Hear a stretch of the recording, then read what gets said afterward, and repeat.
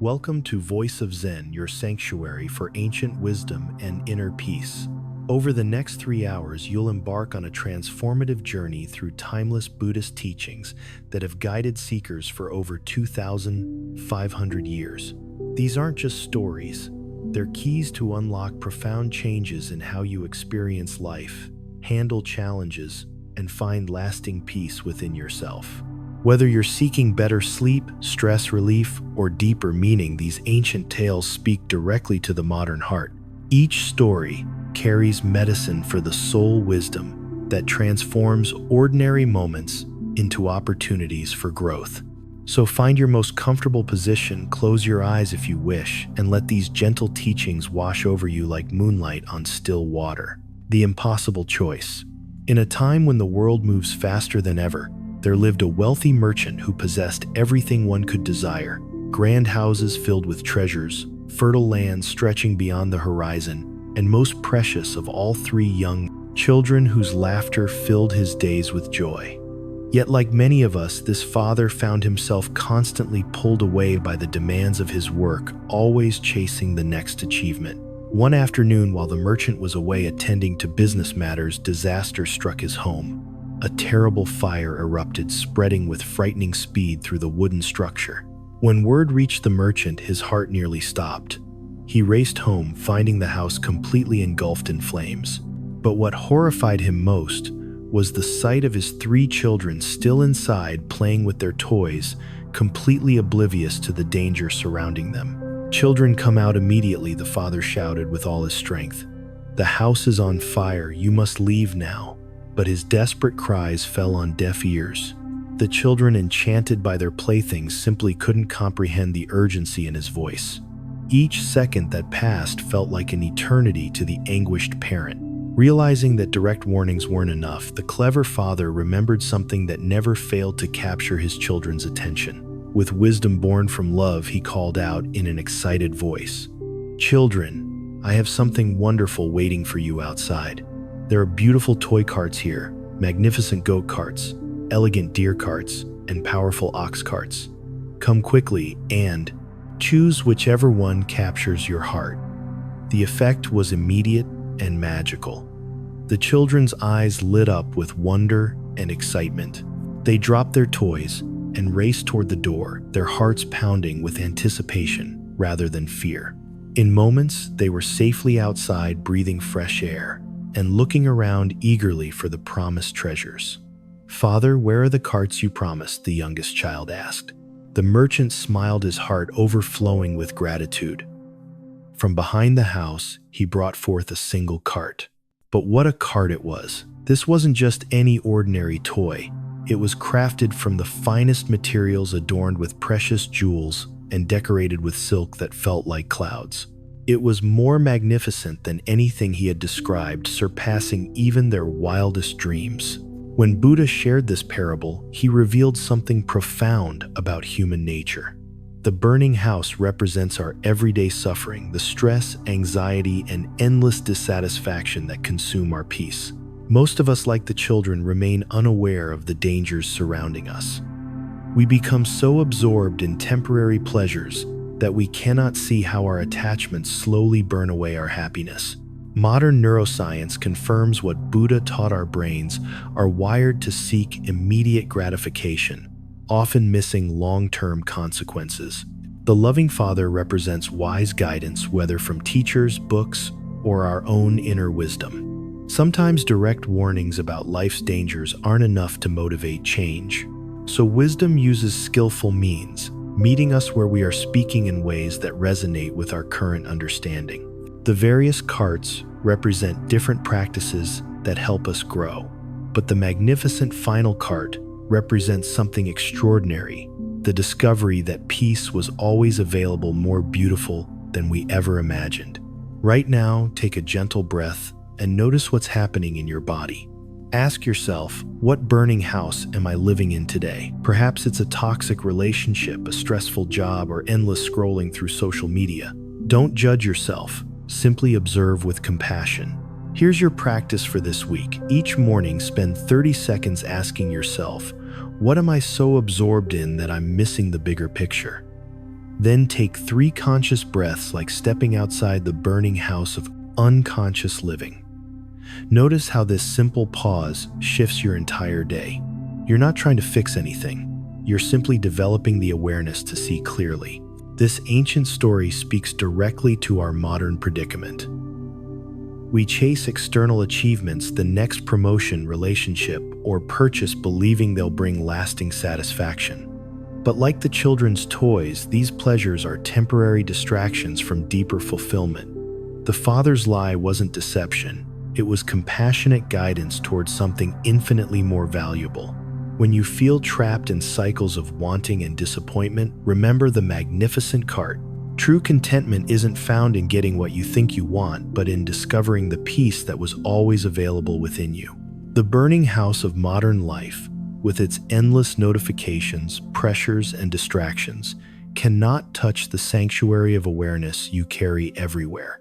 Tonight, as you rest in the gentle rhythm of your breath, consider that perhaps the escape you seek isn't to a different life, but to a different way of seeing the life you already have. Music, the sound that changed everything. In a tranquil monastery nestled among whispering bamboo groves, there lived a young monk whose heart burned with frustration. Day after day, he watched his fellow brothers in their spiritual practices, and instead of finding peace, he found himself consumed by irritation. Some monks moved too slowly during walking meditation, others chanted off-key during evening prayers, and still others seemed to lack the dedication he believed was necessary for true enlightenment. His mind had become a battlefield where judgment and anger waged constant war against his desire for inner peace. This wasn't a casual spiritual seeker. This young monk had entered the monastery with the purest intentions, genuinely wanting to become enlightened. Yet here he was more agitated than ever, caught in a web of expectations and disappointments that seemed to tighten with each passing day. The very people who were supposed to be his spiritual companions had become sources of endless annoyance. One particularly difficult evening, after a meditation session where his mind had been anything but quiet, the young monk could contain his frustration no longer. He approached Buddha, who was sitting peacefully beneath an ancient bodhi tree. The moonlight filtered through the leaves, creating patterns of light and shadow that danced across the master's serene face. Even in the presence of such profound tranquility, the young monk's agitation was palpable. "Master," he began, his voice tight with barely controlled emotion. "I don't understand what's happening to me. I came here seeking peace, yet I find myself constantly irritated by my fellow monks. Their laziness disturbs me, their lack of focus frustrates me, and their casual attitude toward practice makes my blood boil. How can I cultivate patience when everything around me seems designed to test my limits?" Buddha listened with the complete attention that only true compassion can provide. His eyes held no judgment, no impatience with this familiar human struggle. When the young monk finished speaking, Buddha smiled gently and gestured for him to sit. "Let me share with you a story about 2 monks who lived right here in this very bamboo grove. The first monk was earnest and dedicated, much like yourself. He rose before dawn for meditation, studied the teachings with intense focus, and approached every aspect of spiritual practice with unwavering determination. His intentions were pure, his effort genuine, yet he struggled constantly with frustration toward those who didn't match his level of commitment. The second monk was naturally calm and patient, understanding something profound about the nature of practice that his companion had not yet grasped. One windy evening, a powerful storm swept through the bamboo grove. The wind howled through the trees, causing the bamboo stalks to creak and sway dramatically. The rustling leaves created a constant loud symphony that made traditional meditation seem nearly impossible. For the impatient monk, this was the final straw in what had already been a challenging day. He sat in his meditation posture, but instead of finding stillness, he found only agitation. Every rustle of the bamboo leaves felt like a personal attack on his practice. Every creak of the swaying stalk seemed to mock his efforts to find inner quiet. His jaw clenched, his shoulders tensed, and his mind filled with angry thoughts about how unfair it was that nature itself seemed to conspire against his spiritual progress.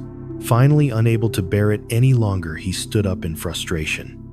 "This is impossible," he declared to his companion. "How can anyone meditate with all this noise? The wind is too strong, the bamboo too loud. I'm going to find somewhere quieter to practice. This grove has become completely unsuitable for serious meditation."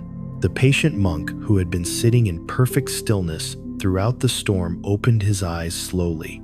His face showed no trace of the agitation that consumed his friend. Instead, there was a gentle smile playing at the corners of his mouth, the expression of someone who had just discovered something beautiful. When he spoke, his voice was as calm as still water. "My friend," he said softly, "I hear the same wind, you hear the same rustling bamboo. But I've learned something important. We don't control the wind. We can't command the bamboo to be silent. What we can control is our response to what we cannot change. The sound becomes a disturbance only when I decide to let it disturb me. Listen more carefully." He continued, his words flowing like honey. "The bamboo doesn't fight the wind. It bends and sways, dancing with the storm rather than resisting it. In its flexibility, it finds strength. In its acceptance of the wind's power, it discovers grace. The same wind that agitates you has become music to me because I've learned to move with it rather than against it. Patience isn't about waiting for perfect conditions or hoping that other people will change to meet our expectations. True patience is the art of finding peace within chaos, stillness within movement, calm within the storm. When we cultivate this inner flexibility, we become like the bamboo, able to bend without breaking, to remain rooted while adapting to whatever conditions arise. This is what transforms ordinary moments into opportunities for profound wisdom. Buddha paused in his storytelling, allowing the young monk to absorb these insights. The night air was filled with its own gentle sounds, crickets, singing leaves, whispering the distant flow of a stream. These sounds, which might have once seemed like distractions, now felt like part of a larger symphony of existence. Modern neuroscience reveals something fascinating about patience. When we resist what's happening, our stress hormones spike and our prefrontal cortex, the brain's wisdom center, goes offline. But when we practice acceptance, our nervous system naturally calms, and we access higher levels of creativity and insight. The bamboo teaches us what researchers now call cognitive flexibility, the ability to adapt our thinking when circumstances change. Right now, as you listen to these words, notice any sounds around you. Perhaps there's traffic outside, someone moving in another room, or the hum of electronics. Instead of trying to block these sounds out, can you welcome them as part of this moment? Feel how this simple shift from resistance to acceptance changes your entire experience. Here's your bamboo practice for the coming week. Each time you feel irritated by someone's behavior, whether it's a slow driver, a chatty coworker, or a family member who doesn't do things your way, pause and ask yourself, how can I bend like bamboo in this moment? Take 3 conscious breaths and imagine yourself swaying with the wind of circumstances rather than fighting against it. Notice how this mental shift transforms both your stress level and your relationships. The young monk felt something profound shift within his heart. It was as if a tight knot of frustration had suddenly loosened, allowing space for something gentler to emerge. He realized that his agitation with others had been a reflection of his own inner rigidity, his unwillingness to accept the natural diversity of human temperaments. In demanding that others conform to his expectations, he had created his own suffering. From that night forward, the young monk approached his practice with completely different energy. When a fellow monk moved slowly, he saw an opportunity to practice patience. When someone chanted off-key, he heard a chance to find harmony within discord. When others seemed less dedicated, he discovered that true dedication meant accepting people exactly as they were while continuing his own sincere practice. He had learned to bend like bamboo, finding strength in flexibility and peace in acceptance. Music. This ancient wisdom speaks powerfully to our hyper-connected world. We're constantly surrounded by people who don't share our values, work at our pace, or see things our way. Social media amplifies every difference of opinion. Traffic tests our patience daily, and even our loved ones can trigger our need for control. But what if, like the bamboo, we could learn to bend rather than break? True patience isn't passive resignation or weak acceptance of harmful behavior. It's the courageous choice to remain centered and peaceful while responding wisely to whatever life presents. It's understanding that our inner state doesn't have to be dictated by external circumstances. When we cultivate this bamboo-like flexibility, we discover that patience itself becomes a source of strength, allowing us to navigate life's storms with grace and wisdom. Tonight, as you rest in the gentle rhythm of your breath, consider where in your life you might be fighting against winds you cannot control. What would it feel like to bend instead of breaking, to flow instead of resisting? Perhaps like the bamboo in the grove, you too can find your own way of dancing with life's inevitable challenges, discovering that true strength often lies not in rigid resistance, but in graceful adaptability. Music, the search that led nowhere. In the misty mountains where ancient pines whispered secrets to the morning fog, there lived a young monk whose heart ached with a longing he couldn't quite name. For 3 years, he had devoted himself completely to meditation, study, and spiritual practice. Yet, despite his unwavering dedication, he felt as though he were chasing shadows. Each day seemed to take him further from the enlightenment he sought so desperately. This wasn't a casual spiritual seeker. This young monk had sacrificed everything for his spiritual quest, leaving behind comfort, family, and career to pursue the deepest truths of existence. His commitment was absolute, his effort genuine, yet he found himself trapped in a cycle of striving that generated more frustration than peace. The harder he tried, the more elusive his goal became. One crisp autumn morning, when his frustration had reached a breaking point, the young monk approached his master with trembling hands. "Master," he began, his words tumbling out in anguish, "I've been practicing for years with complete dedication. I meditate for hours, study every teaching, follow every instruction, yet I feel further from enlightenment now than when I first arrived. What am I doing wrong?" The master looked up from his gardening, his weathered face showing gentle warmth. He gestured for the young monk to sit beside him on a weathered stone bench. "Let me tell you a story about a farmer who loved his ox more than anything else in the world. This farmer lived in a small village where his ox was not just a working animal but his closest companion. Together they had plowed countless fields and weathered many storms. The ox was strong and gentle, with wise eyes that seemed to understand the farmer's heart. In the evenings, the farmer would sit beside his faithful friend, feeling a peace that transcended words. One morning, the farmer woke to discover that his beloved ox had wandered away during the night. His heart filled with panic and grief, for without his ox he felt incomplete, as though a part of his very soul had disappeared. He couldn't imagine life without his faithful companion. Immediately, the farmer began searching with desperate intensity. He called the ox's name until his voice grew hoarse, combed through nearby fields until his feet were bleeding. Days turned into weeks and weeks into months, yet still he searched with unwavering determination. His fields went unplanted, his house fell into disrepair, but nothing mattered except finding what he had lost.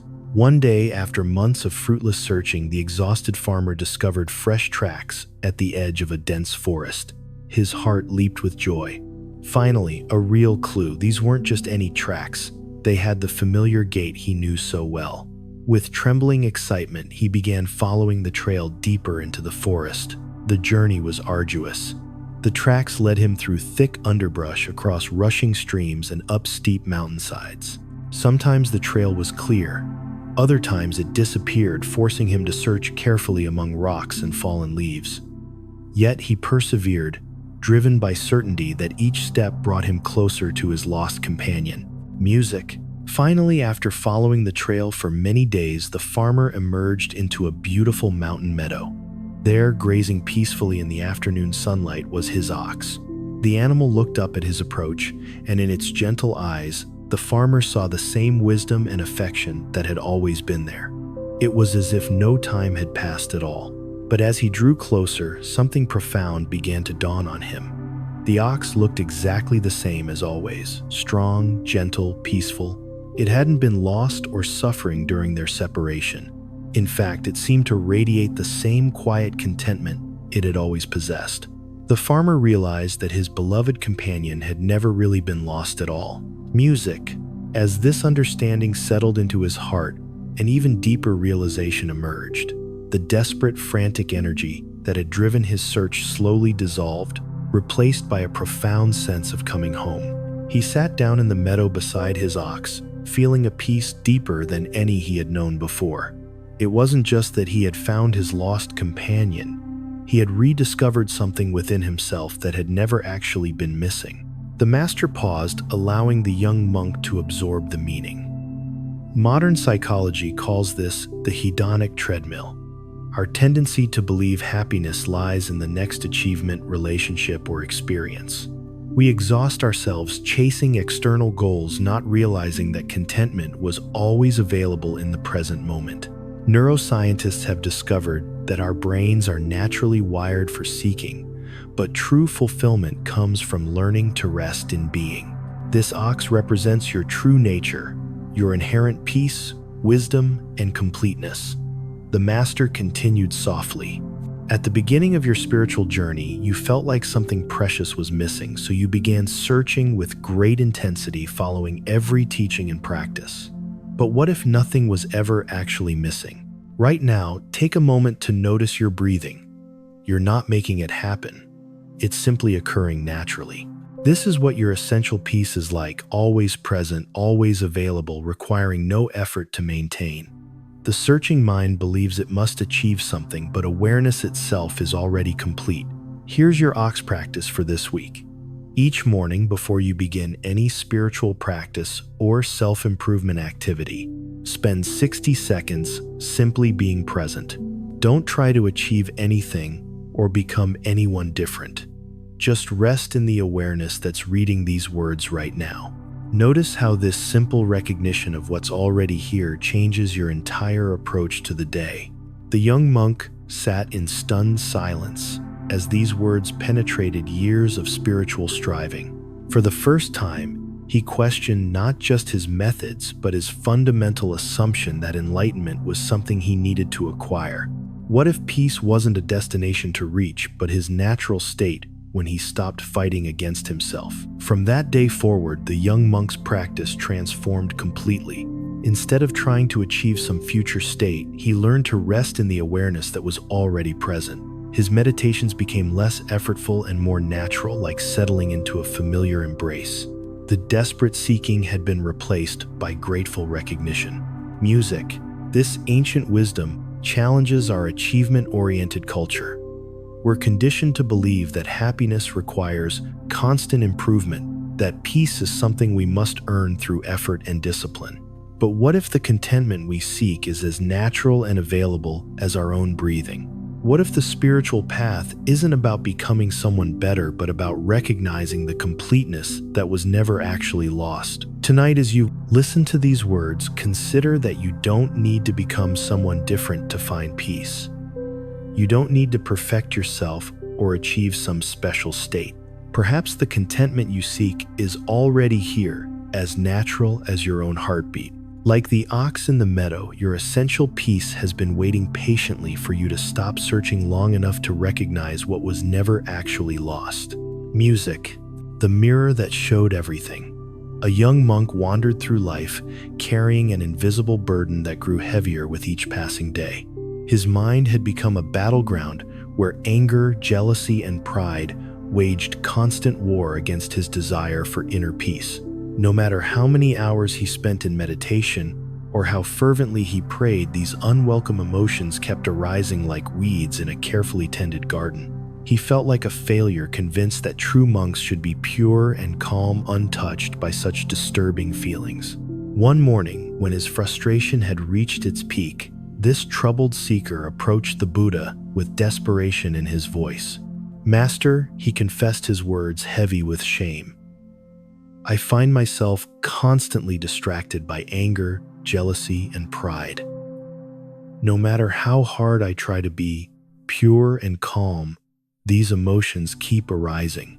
Why can't I escape from these feelings that seem to poison everything I touch?" Music. The Buddha listened with the complete attention that only true compassion can provide. Without saying a word, he gestured for the monk to follow him. They walked together through ancient forests, where sunlight filtered through emerald leaves, creating patterns of light and shadow that danced with each gentle breeze. The silence between them was not uncomfortable, but filled with the promise of understanding. Eventually, they reached a crystal-clear mountain pool where the water was so still it looked like polished glass. The Buddha instructed the troubled monk to sit by the water's edge, his voice gentle but purposeful. "Look into the water," the Buddha said simply. "Tell me what you see." The monk leaned over the pristine surface and immediately saw his own reflection staring back at him. Every detail was perfectly clear: his worried expression, the tension in his shoulders, even the doubt that clouded his eyes. "I see myself, Master," he replied, though he wondered what significance this simple observation could possibly hold. "Good," the Buddha said with a knowing smile. "Now reach into the water and stir it with your hand. Move it vigorously, as if you're trying to chase away what you see there." The monk did as instructed, plunging his hand into the cool water and swirling it with increasing intensity. The previously mirror-like surface erupted into chaos. Ripples spread in every direction, the water became cloudy with disturbed sediment, and his reflection completely disappeared. Where once there had been clarity, now there was only turbulent confusion. The harder he stirring the water distorted everything even more. "What do you see now?" the Buddha asked, his voice imbued with a profound understanding that seemed to reach the depths of the monk's soul. "I see nothing clearly," the monk replied, frustrated by the obvious futility of his efforts. "My reflection is gone because the water is too disturbed. Everything is cloudy and chaotic. The more I try to change what I see, the worse it becomes." The Buddha nodded with gentle approval. "Now remove your hand and simply wait," he instructed. "Do nothing but observe what happens naturally." The monk withdrew his hand and sat in stillness, watching the water with growing fascination. Gradually, almost imperceptibly at first, the violent ripples began to subside. The cloudy sediment slowly settled to the bottom, and the chaotic movement transformed into gentle, ever smaller circles. As minutes passed in peaceful silence, the water returned to its original mirror-like state, reflecting his face once again with perfect clarity. But something had changed in those moments of watching. The reflection that now appeared seemed somehow different, not in its physical features, but in its quality. The worry lines had softened, the tension had eased, and there was a new depth of understanding in the eyes that looked back at him. It was as if the simple act of patient waiting had revealed something that had been there all along. Modern neuroscience reveals something remarkable about emotional regulation. When we fight against difficult emotions, our amygdala, the brain's alarm system, becomes hyperactive, flooding our system with stress chemicals. But when we practice what researchers call mindful observation, our prefrontal cortex naturally calms the emotional storm. It's like allowing muddy water to settle. The clarity was always there, hidden beneath the turbulence. The mind is exactly like this pool of water, the Buddha explained with infinite gentleness. When it is calm and still, it reflects reality with perfect clarity. You can see yourself and your circumstances as they truly are, without distortion or confusion. But when it becomes disturbed by emotions like anger, jealousy, or pride, it becomes cloudy and chaotic, making it impossible to see anything clearly. Right now, as you listen to these words, notice what emotions might be present in your awareness. Perhaps there's frustration about something that happened today, worry about tomorrow, or judgment about yourself. Instead of trying to push these feelings away, can you simply observe them like ripples on the surface of a pond? Notice how this gentle attention, without trying to fix or change anything naturally, allows the turbulence to begin settling. Here's your mirror practice for this week. When you notice strong emotions arising, anger at a difficult person, jealousy over someone's success, or pride about your achievements, imagine you're looking into that mountain pool. Ask yourself, am I stirring the water right now, or am I allowing it to settle? Then take 3 slow breaths, giving the emotion space to exist without resistance. Watch how this simple shift from fighting to observing transforms your entire emotional experience. True wisdom comes from learning a different approach entirely, the Buddha continued. Instead of fighting against your emotions, observe them with patience and compassion. Watch them arise without judgment, exist without resistance, and pass away without attachment. Like ripples in water, all emotions are temporary by nature. They will settle naturally if you simply allow them the space to do so. The young monk felt a profound shift occurring within his understanding. For years, he had been at war with his own mind, trying to force away any emotion that didn't match his ideal of spiritual purity. But now he began to see that this very struggle had been the source of his suffering. His emotions weren't enemies to be defeated, but natural phenomena to be understood and accepted. From that day forward, the young monk's entire approach to his inner life transformed. When anger arose, instead of fighting it, he would observe it with curious attention.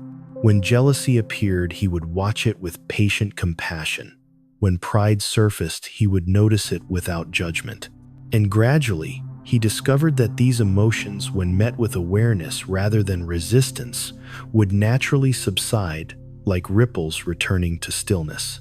This ancient wisdom speaks directly to our emotionally turbulent modern world.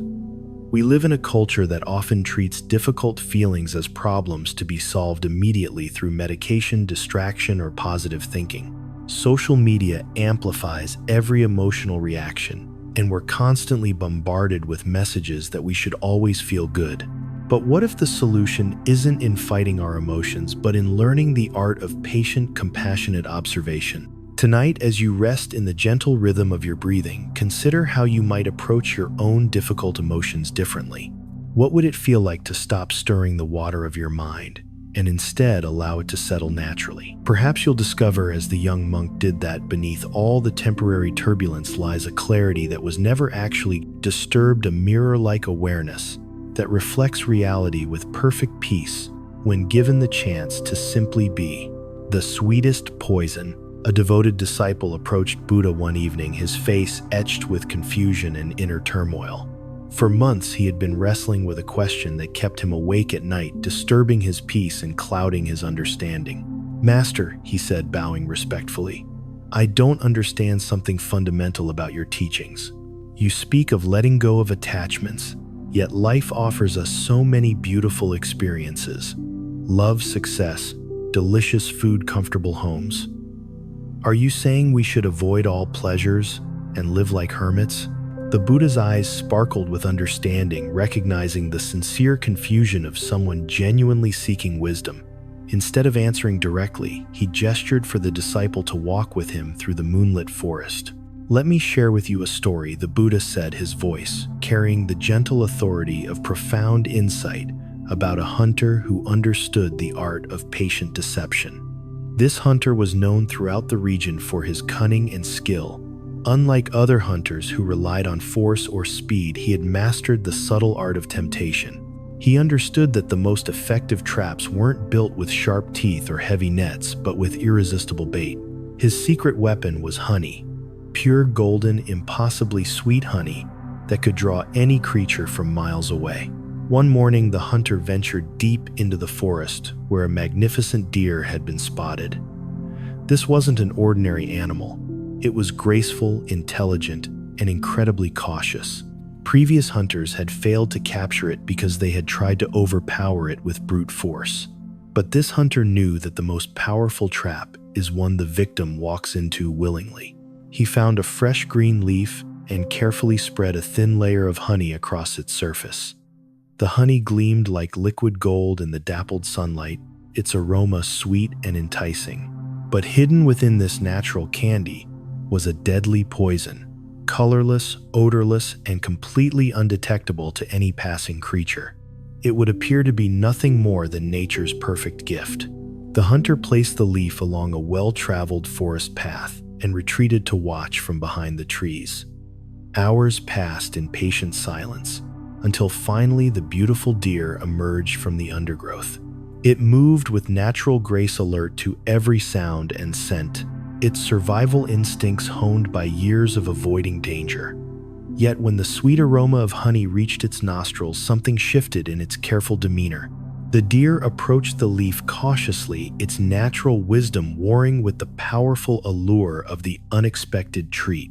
It circled the offering several times, testing the air for any sign of danger. Finding nothing alarming, it tentatively extended its tongue and took the smallest possible taste. The honey was everything the aroma had promised. Sweet beyond imagination, satisfying in a way that forest fare could never match. Overcome by the exquisite flavor, the deer abandoned its caution and consumed the entire leaf. For a brief, glorious moment, it experienced pure bliss, but within minutes, the hidden poison began its deadly work. The magnificent creature collapsed its life, ending not through violence or struggle, but through the very pleasure it had sought. The Buddha paused in his story, allowing the weight of the metaphor to settle into his disciples' understanding. Modern psychology calls this hedonic adaptation. Our tendency to quickly return to baseline happiness despite positive experiences. Neuroscience reveals that pleasure-seeking actually rewires our brains, requiring ever-increasing stimulation to achieve the same satisfaction. What begins as innocent enjoyment can gradually become a prison of endless craving. This honey represents the pleasures of the world, the Buddha explained gently. They appear sweet and satisfying, promising happiness and fulfillment. Many of these experiences are genuinely beautiful. There's nothing inherently wrong with love, success, or comfort. But hidden within attachment to these pleasures is a subtle poison that slowly destroys our peace. Right now, think of something you really enjoy. Perhaps your morning coffee, checking social media, or buying something new. Notice how the anticipation feels almost better than the actual experience. Then observe what happens after the pleasure fades. Do you feel satisfied, or do you immediately begin craving the next hit of that same pleasure? Here's your honey practice for this week. When you're about to indulge in something pleasurable, whether it's food, entertainment, shopping, or even compliments from others, pause and ask yourself, am I enjoying this mindfully, or am I seeking it compulsively then? Engage with the experience fully present, but without attachment to having it continue or repeat. Notice how this awareness transforms pleasure from a trap into genuine appreciation. The wise person Buddha continued enjoys life's sweetness without clinging to it. When we experience pleasure without attachment, we can appreciate it fully and let it go without regret or longing. But if we become addicted to that pleasure, it becomes like the poison hidden in honey, slowly destroying our ability to find contentment in simple moments. The trap isn't the pleasure itself, but our desperate need for it to continue forever. The disciple nodded slowly, beginning to understand the subtle distinction. So you're not asking us to avoid all pleasure, but to enjoy it without becoming enslaved by it. Exactly, the Buddha replied with a warm smile. Practice moderation and mindfulness. When you eat, taste fully but don't gorge. When you love, give completely but don't possess. When you succeed, celebrate genuinely, but don't let it define you. Remember that true happiness isn't found in accumulating pleasures, but in the wisdom to enjoy life's gifts without being trapped by them. This ancient teaching speaks powerfully to our pleasure-saturated culture. We're surrounded by increasingly sophisticated forms of honey.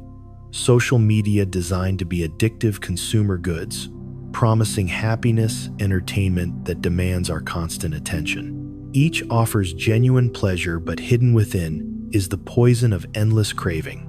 We find ourselves needing more likes, more purchases, more stimulation just to feel normal. The path forward isn't to reject all pleasure and live in deprivation. Instead, it's learning to engage with life's sweetness while maintaining our inner freedom. When we practice mindful enjoyment, we discover that even simple pleasures, a moment of silence, a deep breath, genuine human connection, can provide more lasting satisfaction than any external indulgence. We become like the wise deer that can appreciate the forest's natural sweetness without falling victim to artificial temptations. Tonight, as you settle into rest, consider what forms of honey might be affecting your peace. Notice without judgment where you might be seeking happiness in external pleasures rather than cultivating it from within. Perhaps you'll discover that true contentment comes not from avoiding life's sweetness, but from learning to taste it fully without being poisoned by attachment. In this balance between enjoyment and freedom, you'll find a peace that no external pleasure could ever provide. The fast that starved the soul. In a remote mountain monastery, there lived a monk whose dedication to spiritual practice had become legendary among his brothers. Day after day, he pushed his body to its absolute limits, believing that the path to enlightenment lay through the complete denial of all physical needs. He ate only the smallest portions of food, slept on the hardest surfaces, and subjected himself to increasingly severe deprivations. Other monks admired his discipline, yet something profound was missing from his practice. This monk's fasting had become extreme beyond all reason. He would go for days consuming nothing but water, his body growing thinner and weaker with each passing week.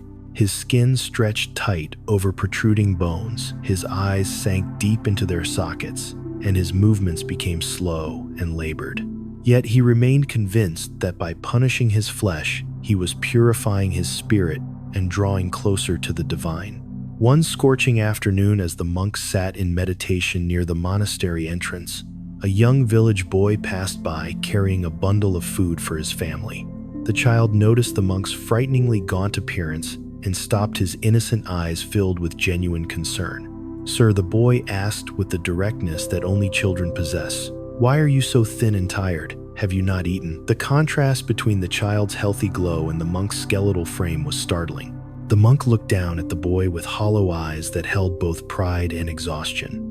"I am fasting to free myself from worldly desires," he replied in a voice barely above a whisper. "Food is a source of attachment, and by abstaining from it, I hope to reach enlightenment. The body's needs distract us from spiritual truth, so I deny them completely." The young boy's face showed confusion mixed with compassion. He looked down at the simple meal he carried.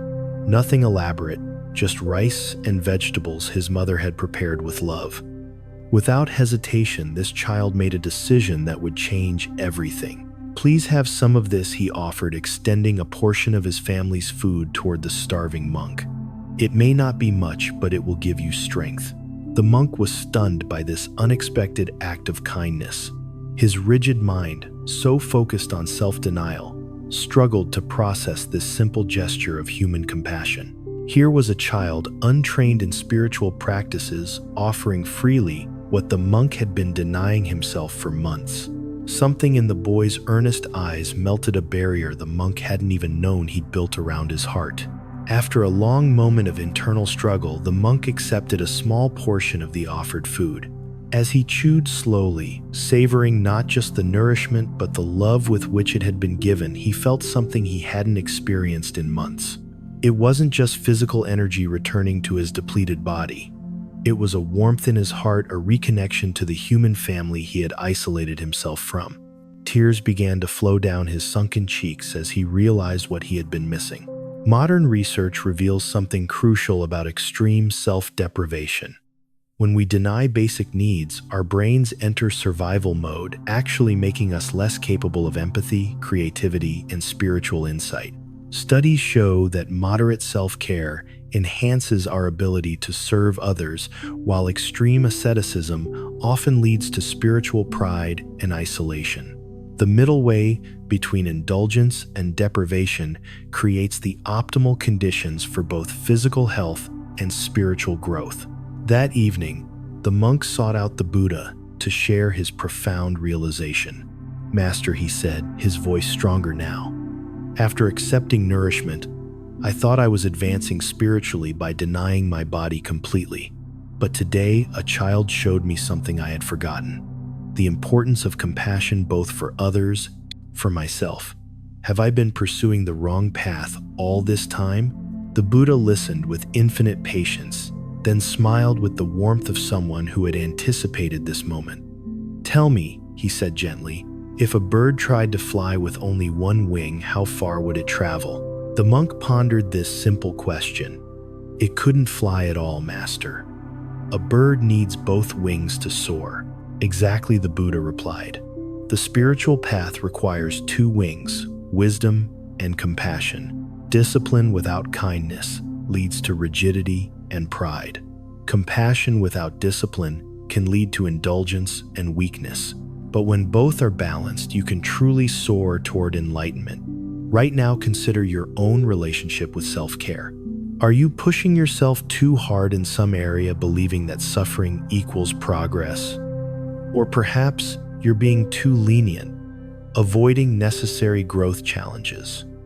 Notice how either extreme, harsh self-punishment or complete indulgence actually impedes genuine transformation. Here's your balance practice for this week.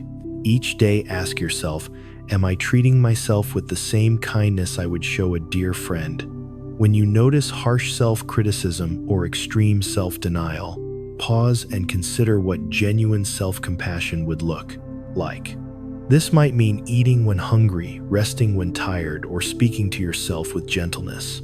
Paradoxically, this kindness toward yourself enhances rather than diminishes your spiritual progress. The Buddha continued his teaching with profound simplicity. True spiritual growth happens not through punishment, but through understanding. When you care for your body wisely, you create the foundation for mental clarity. When you practice self-compassion, you develop the capacity for genuine compassion toward others.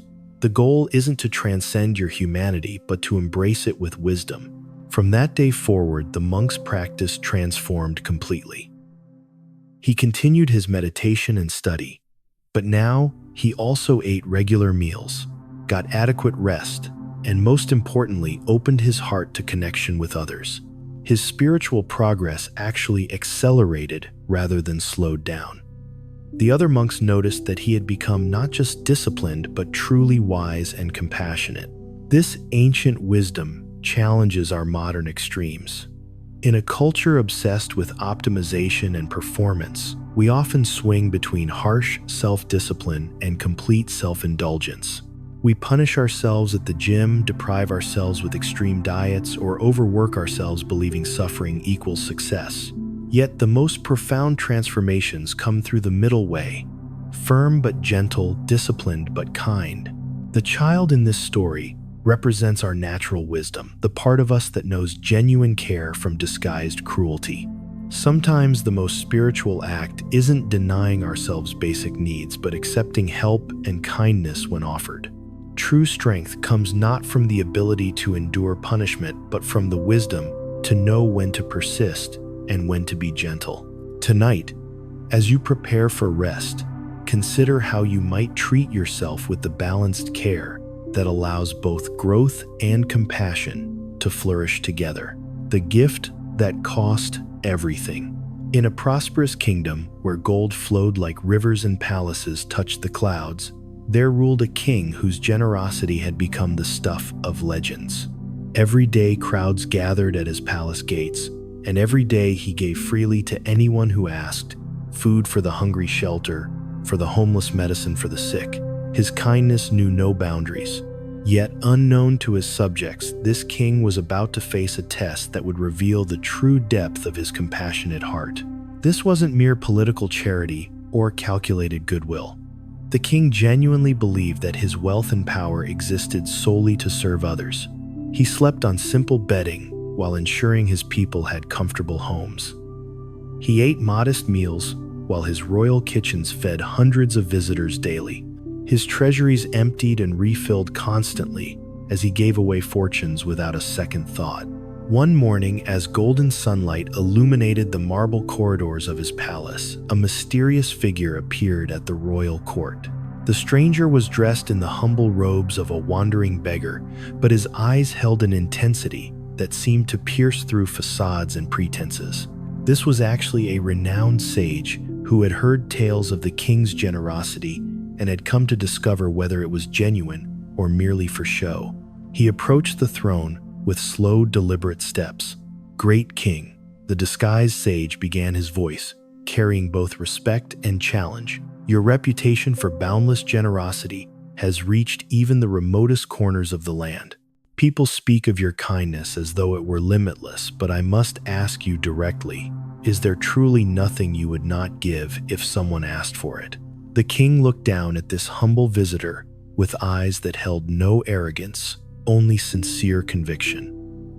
"I would give anything within my power to give," he replied, without hesitation. "I hold nothing back if it serves the greater good.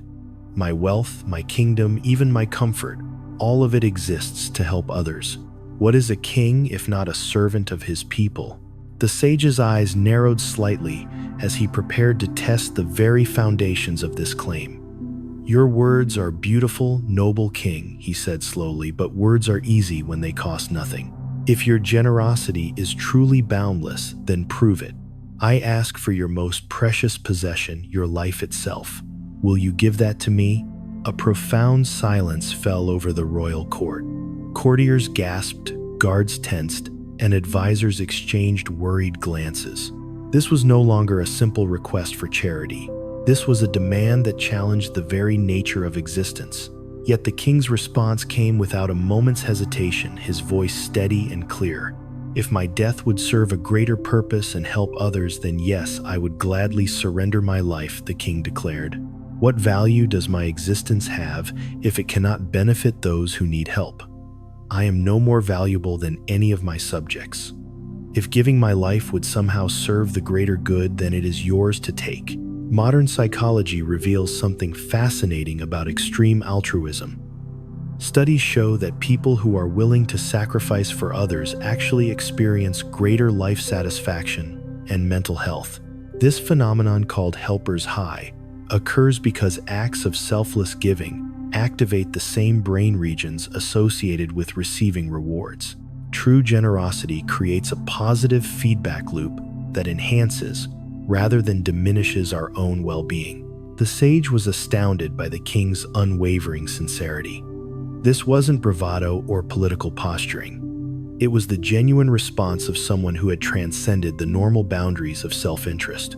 But he pressed further, needing to test whether this was momentary courage or deep conviction. "Then prove your words with action," the sage demanded. "Prepare yourself for death right now." Without flinching, the king rose from his throne and called for a ceremonial blade.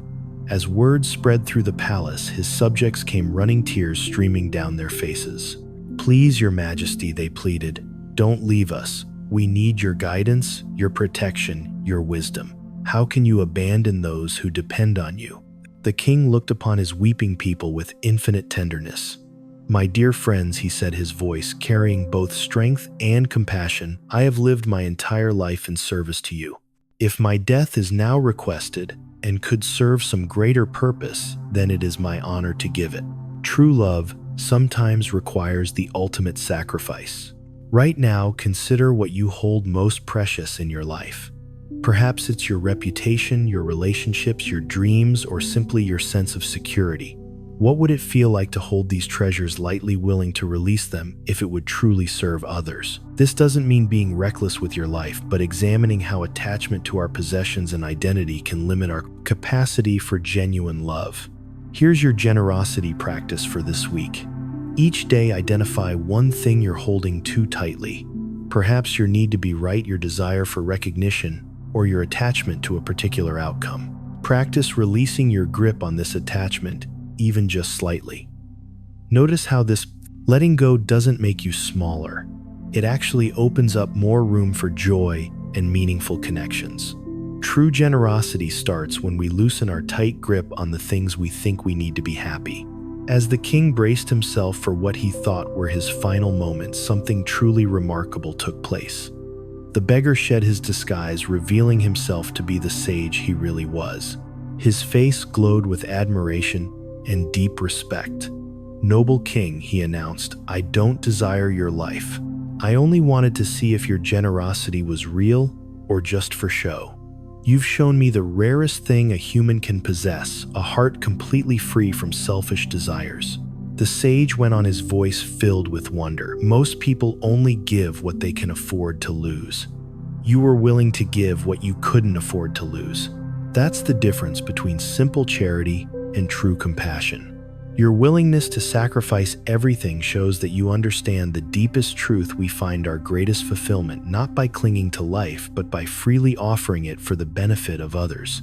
This old story challenges how we think about self-care and personal boundaries today. We're often told to put ourselves first, but the deepest satisfaction comes from those times when we go beyond our own narrow interests. The king's willingness to give everything wasn't destructive. It was the natural expression of a heart that had realized its connection to all life. When we truly understand that our well-being and the well-being of others are inseparable, generosity becomes not a burden but a joy. Tonight, as you think about this story of ultimate generosity, consider how you might live with more openness and less attachment. What would change in your daily life if you really believed that giving actually increases your own happiness instead of taking away from it? Maybe you'll find that the way to true fulfillment isn't in accumulating and protecting, but in freely sharing the gifts you've been given. High up in the mountains where mist swirled around ancient peaks, a young monk arrived at his monastery full of impatience. His heart was racing with spiritual ambition, his mind filled with questions about enlightenment, and his whole being vibrated with a strong need to achieve something significant. He had read every sacred text, memorized countless teachings, and meditated with intense focus. Yet despite all his efforts, the peace he was looking for remained frustratingly out of reach. Every morning, this eager seeker would go to his master with the same urgent question. "When will I reach enlightenment?" he would ask, his voice tight with barely contained frustration. "I've been practicing for months now with complete dedication. I follow every instruction, attend every teaching session, and meditate for hours each day. Why do I still feel so far from understanding?" The wise old abbot watched this young monk struggle with patient understanding. He had seen countless seekers arrive with similar urgency, demanding immediate results from the spiritual path. The modern world had trained them to expect instant gratification, fast food, quick fixes, and rapid transformations. But wisdom, the abbot knew, followed a completely different timeline. One crisp morning, when the young monk's frustration had reached its peak, the abbot invited him to take a walk through the forest surrounding the monastery. They walked in thoughtful silence until they reached a massive oak tree that stood like a cathedral pillar against the sky. Its trunk was so wide that 10 people holding hands couldn't encircle it, and its branches spread in all directions, providing shade and shelter to countless creatures. The tree radiated an aura of profound stability and peace. "Do you see this magnificent tree?" the abbot asked, placing his weathered hand against the deeply grooved bark. "Tell me, how long do you think it took to grow to this size and strength?" The young monk studied the enormous oak, taking in its impressive height and breadth. "I suppose it must have taken many decades, perhaps even a century or more," he replied, though he couldn't understand what this had to do with his spiritual question. The abbot nodded thoughtfully. "Indeed, this tree has been growing for over 200 years. It began as a tiny acorn no bigger than your thumb. Year by year, season by season, it extended its roots deeper into the earth and stretched its branches higher toward the sky. It weathered countless storms, endured years of drought, and persevered through harsh winters when growth seemed impossible. But here's what's remarkable," the abbot continued, his voice carrying the weight of deep understanding. "This tree never once grew frantically. It never pushed itself to grow faster than its natural rhythm. It simply remained present to each moment, drawing nourishment from the soil, reaching toward the light, and responding to the changing seasons with perfect patience. Its strength comes precisely from this unhurried, steady growth."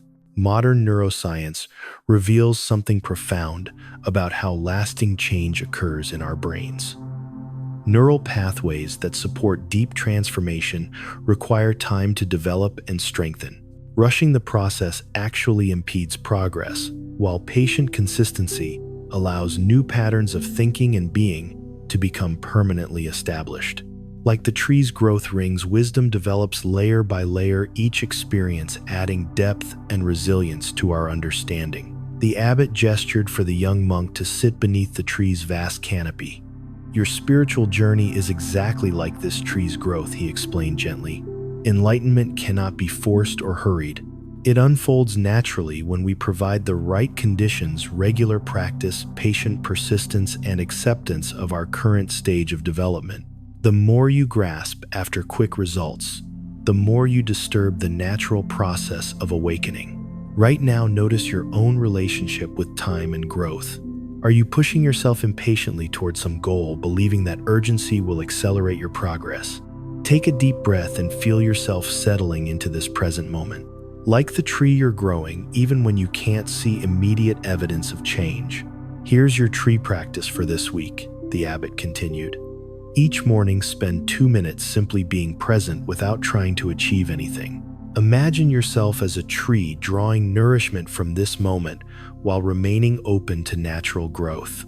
When impatience arises, remind yourself that the most powerful transformations happen gradually below the surface of consciousness. Trust that consistent presence creates the perfect conditions for wisdom to emerge naturally.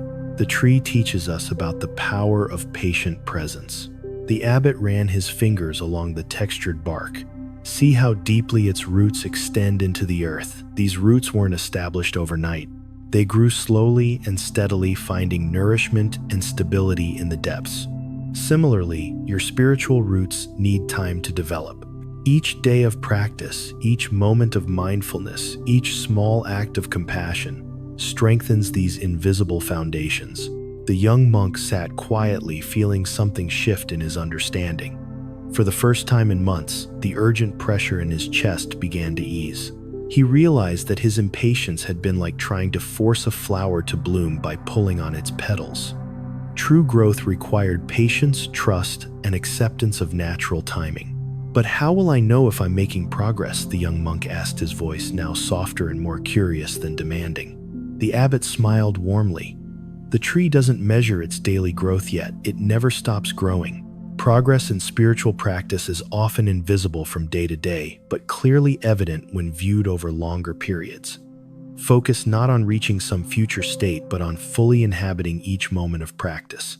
Like the tree, find joy in the process itself, rather than fixating on distant goals. From that day forward, the young monk's entire approach to spiritual practice transformed. He continued his meditation and study, but now with the patient persistence of a tree reaching toward the light. He stopped demanding immediate enlightenment and began appreciating the subtle beauty of gradual awakening. Paradoxically, this release of urgency allowed his practice to deepen more quickly than ever before. This ancient wisdom speaks directly to our achievement-obsessed culture. We live in a world of instant, everything fast, internet rapid, delivery quick fixes for complex problems. Yet the most meaningful transformations in life follow natural rhythms that cannot be rushed. Whether we're developing relationships, building skills, or growing in wisdom, patience with the process often proves more valuable than intensity of effort. Tonight, as you settle into rest, imagine yourself growing like that mighty oak. Feel your roots extending deeper into wisdom, your branches reaching higher toward understanding. Trust that every moment of sincere practice adds another ring of growth to your developing wisdom. In this patient acceptance of natural timing, you'll discover that the journey itself becomes the destination. There once lived a merchant whose wealth could have purchased entire kingdoms. His warehouses overflowed with silks from distant lands, his vaults glittered with precious gems, and his estates stretched beyond the horizon. Servants attended to his every need, and nobles competed for invitations to his lavish banquets. Yet, despite possessing everything the world considered valuable, this man carried within his chest a hollow ache that no amount of gold could fill. Each morning, the merchant would wake in his silk-draped chamber and feel the familiar emptiness gnawing at his soul. He would walk through rooms filled with priceless artifacts, past gardens where exotic flowers bloomed in perfect rows, and still feel as though something essential was missing. The meals prepared by the finest chefs tasted like ash in his mouth, and his entertainment provided by the most talented performers felt hollow and meaningless. The wealthy man had heard whispers about a wise monk who possessed an extraordinary understanding of life's mysteries. People spoke of this teacher's ability to help others find genuine peace and happiness. Desperate for answers, the merchant decided to seek out this monk, hoping that perhaps spiritual wisdom could provide what material abundance had failed to deliver. He prepared for the journey with his usual extravagance, loading a caravan with gifts and provisions. When the merchant finally found the monk, he was surprised by what he encountered. The teacher sat peacefully beneath a simple tree, wearing humble robes and possessing nothing but a wooden bowl and a few worn texts. Yet there was something in the monk's presence that the merchant's wealth had never provided, a deep contentment that seemed to radiate from within. This poor man possessed a richness that all the merchant's treasures couldn't match. Revered teacher, the merchant began, bowing respectfully, despite his higher social status. I have everything a person could wish for: wealth beyond measure, status, luxury, and comfort. Yet I feel an emptiness that grows stronger each day. I've tried to fill this void with more possessions, grander experiences, and greater achievements. Nothing works. Can you help me understand why I remain so deeply unsatisfied? The monk listened with complete attention, his eyes reflecting a compassion that seemed to see directly into the merchant's heart. I can indeed help you, the monk replied with a gentle smile, but first I must grant you 3 special wishes. These are not ordinary wishes. They carry the power to transform your understanding completely. Think carefully before you speak, for each wish will teach you something profound about the nature of happiness. The merchant's eyes lit up with excitement. Here was exactly what he'd been seeking: magical solutions to his persistent problems. He pondered for several moments, then made his first wish with complete confidence. I wish to be free from all my worries and troubles, he declared. Surely without these burdens I will finally find peace. The monk closed his eyes in silent meditation, then nodded solemnly. Your wish is granted, he said softly. Return home and observe your mind carefully over the coming days. The merchant hurried back to his estate, filled with anticipation. But as days passed, he noticed something puzzling. His mind continued producing the same worried thoughts about business deals, family relationships, and future security. The familiar anxieties still arose whenever he faced challenges or uncertainties. Frustrated and confused, he returned to the monk. The wish didn't work, the merchant complained. I still worry about everything: my investments, my reputation, my health. Nothing has changed. Modern neuroscience explains what the merchant was experiencing. Our brains are evolutionarily wired to anticipate problems and seek security. Worry isn't an external force that can be magically removed. It's a natural function of human consciousness. True freedom from worry comes not through elimination, but through changing our relationship with uncertain thoughts. The monk smiled knowingly. Worries don't disappear simply because we wish them away. They arise from our attachment to controlling outcomes. We cannot control everything. Real peace comes from understanding that uncertainty is life's natural state and learning to rest comfortably within that uncertainty. Feeling somewhat foolish but still hopeful, the merchant made his second wish. Then I wish to be free of all my desires. If wanting things makes me restless, I'll eliminate wanting altogether. Again, the monk granted the wish through silent meditation. The merchant returned home determined to suppress all desires, but he quickly discovered that wanting arose as naturally as breathing. He still desired good food when hungry, comfort when tired, and success in his endeavors. Fighting against these natural impulses only created more internal conflict. Back at the monk's tree, feeling more frustrated than ever, the merchant demanded an explanation. Why do these wishes fail to work? He asked. Desires like worries are part of human nature, the monk explained patiently. Trying to eliminate them by force is like trying to stop a river from flowing. Wisdom lies not in destroying desire, but in understanding its impermanent nature and not being enslaved by it. The merchant sat quietly, beginning to sense a pattern in these failures. Something deeper was being revealed about the nature of his seeking. For his final wish, he chose carefully. I wish to understand myself, he said with new humility. I want to see clearly why I remain restless, despite having everything I thought I wanted. The monk's eyes sparkled with approval. Now you have made a truly wise wish, he said warmly. Through patient teaching and guided reflection, the monk helped the merchant recognize a profound truth. His emptiness didn't stem from lacking external things, but from not understanding his own nature.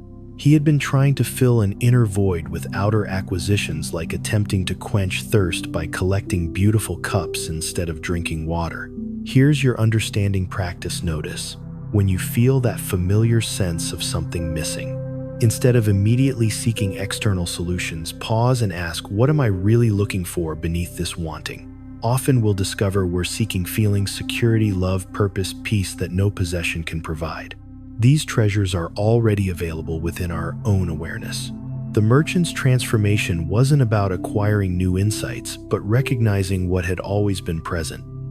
His wealth remained the same, his circumstances unchanged, but his relationship to them shifted completely. He discovered that contentment wasn't a goal to achieve, but his natural state when he stopped constantly reaching for something else. Returning to his estate, the merchant found that his possessions now felt like tools rather than sources of identity. Food satisfied hunger without promising eternal happiness. Success brought pleasure without becoming a desperate need.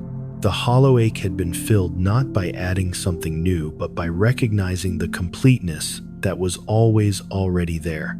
What strikes you most about this merchant's journey? Perhaps it's the recognition that our deepest longing isn't for more experiences, but for the peace that comes from truly knowing ourselves. In a world constantly selling us solutions to problems we didn't know we had, this ancient wisdom points toward the treasure that requires no purchasing: the contentment of understanding our own complete nature. A man shuffled through the dusty streets of the village, his clothes patched and worn, his bare feet calloused from walking endless miles in search of work. He owned nothing except the threadbare garments on his back and a small clay bowl for collecting food. Other villagers averted their eyes when he passed, as if poverty might be contagious. Yet this beggar was about to receive a lesson that would transform his understanding of wealth forever. Word had spread that the Buddha himself was teaching in a nearby grove, and people from across the region were gathering to hear his wisdom. The beggar, despite feeling unworthy among the well-dressed crowds, found himself drawn to the teacher's presence. Perhaps he thought even someone as lowly as himself might benefit from hearing these sacred teachings. He approached hesitantly, keeping to the edges of the assembled crowd. As the teaching concluded and people began to disperse, the beggar surprised himself by approaching the Buddha directly. His voice trembled with both reverence and desperation as he spoke. "Blessed One, I am the poorest man in this village. I own nothing in this world and struggle daily just to survive.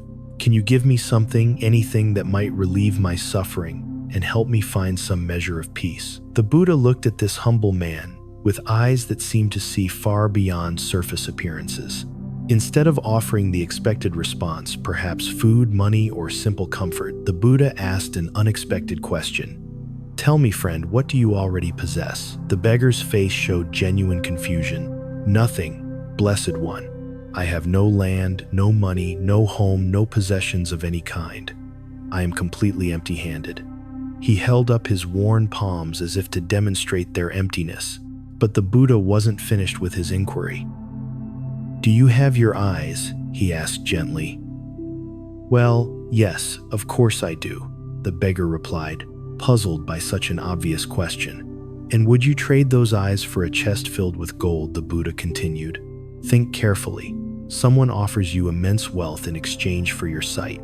Would you accept such a bargain?" The beggar recoiled at the suggestion. "Never," he exclaimed. "Without my eyes, I couldn't see the beauty of the sunrise, the faces of kind people, or find my way in the world.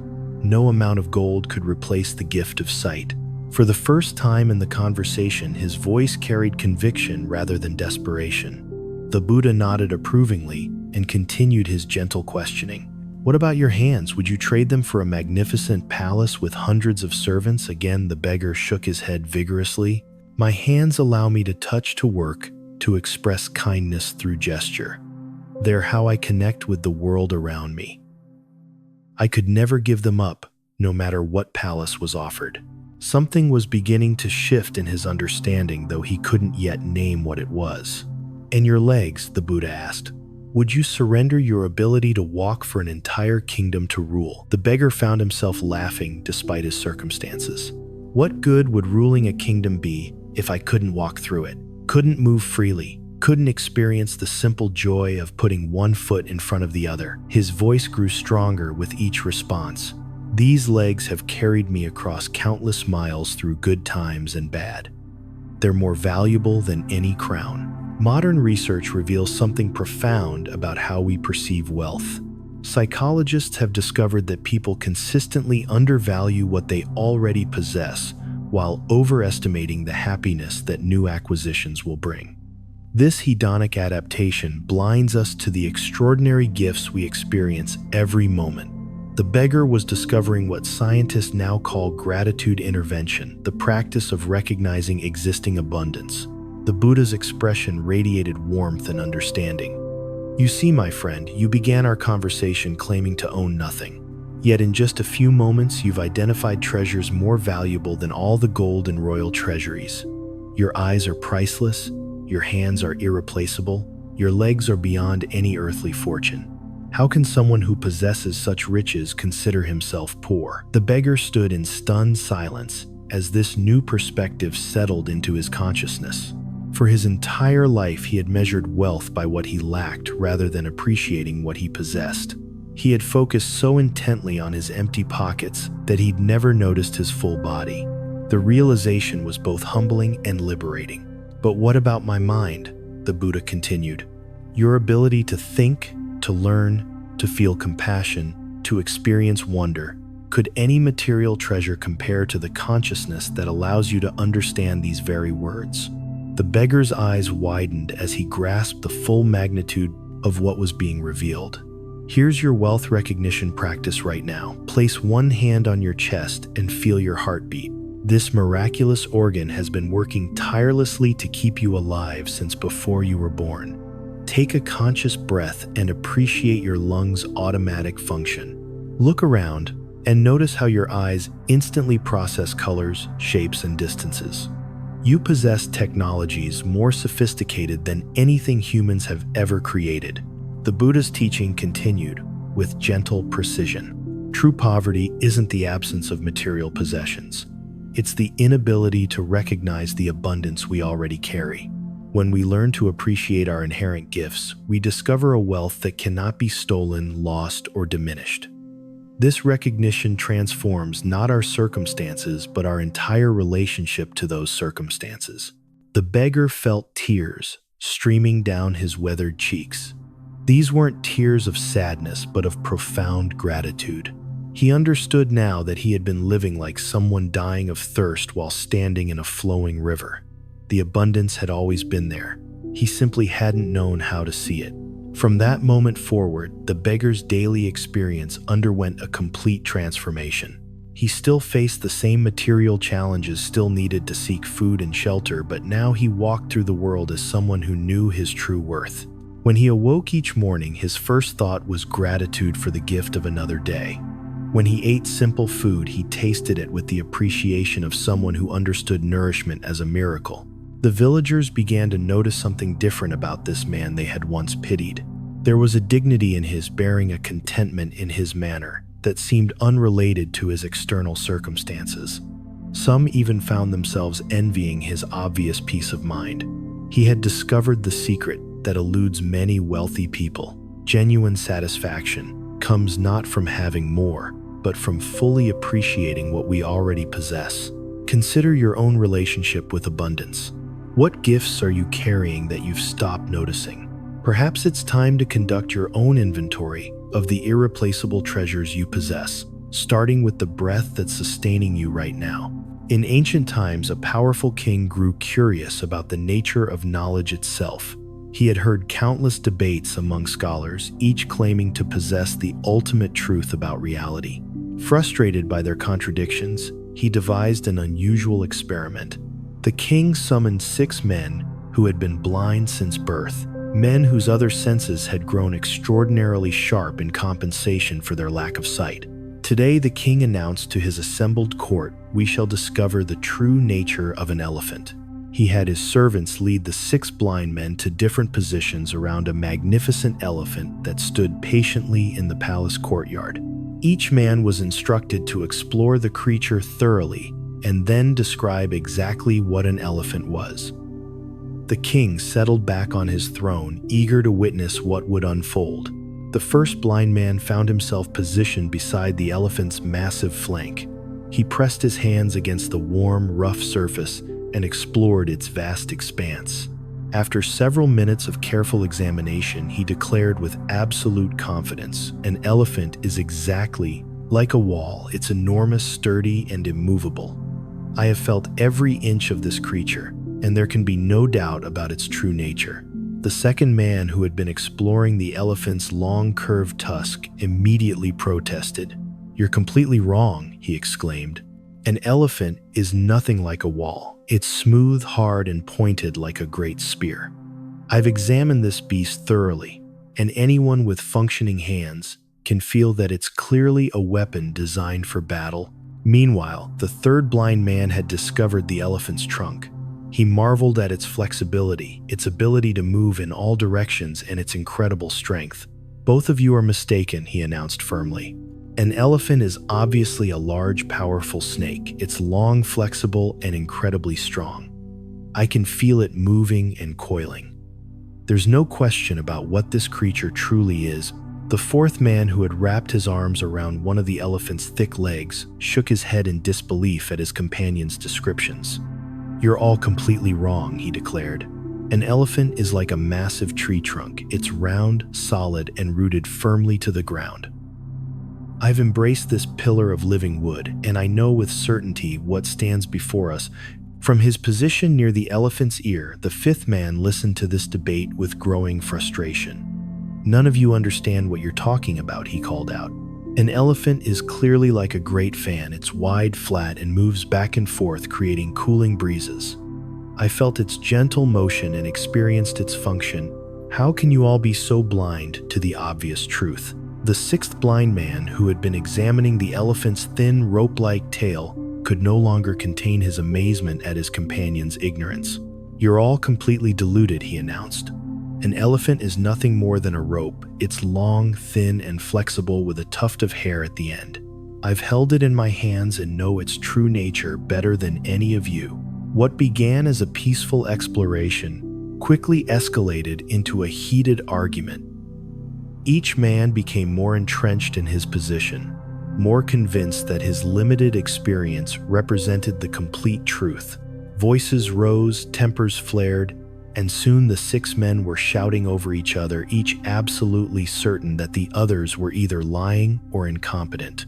The elephant stood calmly in the center of this human storm, unchanged by their fierce disagreements. Modern cognitive science explains what was happening to these men. Each was experiencing what researchers call confirmation bias, the tendency to interpret new information in ways that confirm our existing beliefs.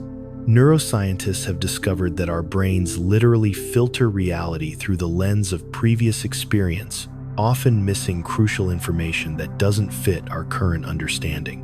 The blind men weren't lying or stupid. They were demonstrating a fundamental limitation of human perception. The king watched this spectacle unfold with growing understanding. When the argument reached its peak, he raised his hand for silence. "My friends," he said with gentle authority, "each of you has touched a different part of the elephant. Each of you has experienced something real and true, yet none of you has grasped the complete picture. The elephant possesses all the qualities you've described, and many more besides." The six men fell silent, suddenly realizing the limitation of their individual perspectives. Each had assumed that his partial experience represented total knowledge. None had considered that others might be experiencing different, but equally valid aspects of the same reality. Their argument had been based not on falsehood, but on incomplete understanding. Here's your perspective practice. Think of a recent disagreement you've had with someone. Instead of assuming they were wrong and you were right, consider this question. What part of the elephant might they have been touching? What if their viewpoint, however different from yours, revealed something real that you couldn't see from your position? This doesn't mean all opinions are equally valid, but rather that truth is often larger than any single perspective can contain. When Buddha later told this story to his disciples, he used it to illustrate profound truths about the nature of understanding in life. He explained, "People approach reality from different angles shaped by their unique experiences, cultural backgrounds, and personal limitations. Each person's viewpoint reveals something genuine yet remains incomplete. Wisdom comes not from insisting that our perspective is the only valid one, but from recognizing the partial nature of all human understanding." The elephant in this story represents the vastness of existence itself. Whether we're discussing spiritual truth, political solutions, or even simple daily experiences, we're often like the blind men, confident in our limited perceptions, while missing the larger picture. True understanding emerges when we hold our beliefs lightly, remaining open to learning from others whose experience differs from our own. This ancient wisdom offers a profound antidote to the polarization that characterizes our modern world. Social media algorithms create echo chambers where we only encounter viewpoints that confirm what we already believe. We've become nations of blind men arguing about elephants, certain that our fragment of experience represents the complete truth. But what if genuine progress comes not from winning arguments, but from combining our partial understandings into a more complete picture? The six blind men eventually became close friends, each appreciating the unique insights the others brought to their shared understanding of elephants. They learned that collaboration revealed far more than competition ever could. In our own lives, we might discover that the people who see things differently aren't enemies to defeat, but teachers who can help us touch parts of reality we never knew existed. Music, the robe worth more than gold. A poor village weaver named Kalana lived in a humble mud hut at the edge of town, barely surviving on the few coins he earned, mending torn clothing and weaving coarse cloth from whatever scraps he could find. His entire wardrobe consisted of a single patched robe that had been his father's, then his grandfather's before that. The fabric was so worn that threads came loose with every movement, and the original color had long since faded to an indeterminate brown. Yet this simple garment was about to become the most precious gift in an entire kingdom. Music. News spread through the village like wildfire. The Buddha himself was coming to teach. Wealthy merchants prepared elaborate offerings of silk and jewelry. Nobles commissioned golden statues, and even middle-class families gathered their finest possessions to present to the enlightened master. Kalana watched these preparations with growing sadness, knowing he had nothing worthy to offer such a revered teacher. His poverty had never felt more acute than in this moment of wanting to give. As the day approached, Kalana's desire to participate in the offering ceremony grew overwhelming. He looked around his sparse dwelling, a cracked water pot, a worn sleeping mat, a few tools for his trade. Nothing seemed appropriate for someone of the Buddha's stature. Then his eyes fell upon his only robe hanging on a wooden peg by the door. The idea that formed in his mind seemed almost ridiculous. How could his tattered old robe possibly compare to the magnificent gifts others would present? Yet something deep in his heart told him that the value of a gift lay not in its market price, but in the love with which it was given. If this robe was all he had, then it would have to be enough. Music. When the Buddha arrived at the village center, crowds gathered in reverent silence. One by one, the wealthy citizens stepped forward with their lavish offerings.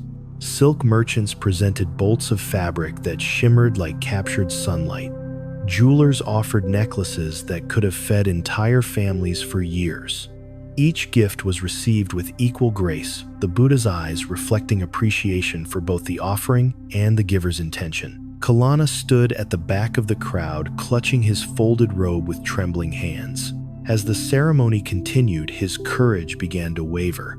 What would people think when they saw him approach the master with such a humble offering? Would they laugh at his presumption? Would the Buddha himself be embarrassed by such a pitiful gift? But then the Buddha's eyes found his across the crowd. In that gaze, Kalana saw not judgment, but infinite compassion. Not expectations, but complete acceptance. Something in that look gave him the courage to step forward. With each step, his nervousness transformed into determination, his shame into quiet dignity. When Kalana reached the Buddha, he removed his robe and held it out with both hands. The crowd fell silent, some whispering in amazement at his audacity. Here was a man offering his only garment, leaving himself with nothing but the simple undercloth worn beneath. His voice barely above a whisper, Kalana spoke from his heart, "Blessed teacher, I have no gold or precious stones to offer you. This old robe is everything I own in this world. It may be worthless to others, but I give it to you with complete devotion and gratitude for your teachings. Please accept this humble gift from one who has nothing else to give." Music. The Buddha's response surprised everyone present. Instead of simply accepting the robe politely, he stood up and received it with the same reverence he might show a sacred relic. He held the worn fabric gently in his hands, examining it not with his eyes but with his heart. Then, to the astonishment of the entire gathering, he put on Kalana's robe over his own garments. Modern psychology reveals something profound about the neuroscience of giving. Research shows that acts of generosity activate the brain's reward centers more powerfully when they involve personal sacrifice. The joy we experience from giving isn't proportional to the gift's monetary value, but to the meaning and intention behind it. Kalana was experiencing what scientists now call helper's high, the euphoria that comes from selfless giving. My friends, the Buddha addressed the crowd, his voice carrying special warmth. Look at this beautiful robe that Kalana has offered. Do you see only worn fabric and faded colors? I see something far more precious. This gift represents complete generosity, the willingness to give everything one possesses without holding anything back. Music. He continued gesturing to the magnificent offerings that surrounded them. These other gifts, beautiful as they are, represent only a portion of their giver's wealth. But Kalana has given 100% of what he owns. His sacrifice is complete, his generosity absolute. In the eyes of wisdom, this makes his offering infinitely more valuable than all the golden jewels combined. The crowd began to murmur with understanding, seeing Kalana's gift through new eyes. What had seemed like poverty was revealed as profound richness of spirit. The weaver's willingness to give everything transformed his humble offering into something sacred. Here's your generosity reflection. Think about your own giving. Do you tend to offer only what's convenient or comfortable to part with? What would it feel like to give something that actually matters to you, something whose absence you truly notice? True generosity isn't measured by the size of the gift, but by the size of the sacrifice relative to what we have. For the remainder of his stay in the village, the Buddha continued wearing Kalana's robe. This simple act honored not just the gift itself, but the spirit of complete offering it represented. The other villagers, inspired by Kalana's example, began to reconsider their own relationship with possessions and giving. They realized that true wealth wasn't about what you could afford to give away, but about what you were willing to give away. Kalana returned home that day wearing borrowed clothes from neighbors who had been moved by his sacrifice. But more importantly, he carried within his heart a joy that no material possession could provide. He had discovered that the act of giving everything paradoxically made him feel richer than he had ever felt before. His empty hands felt fuller than when they had clutched possessions.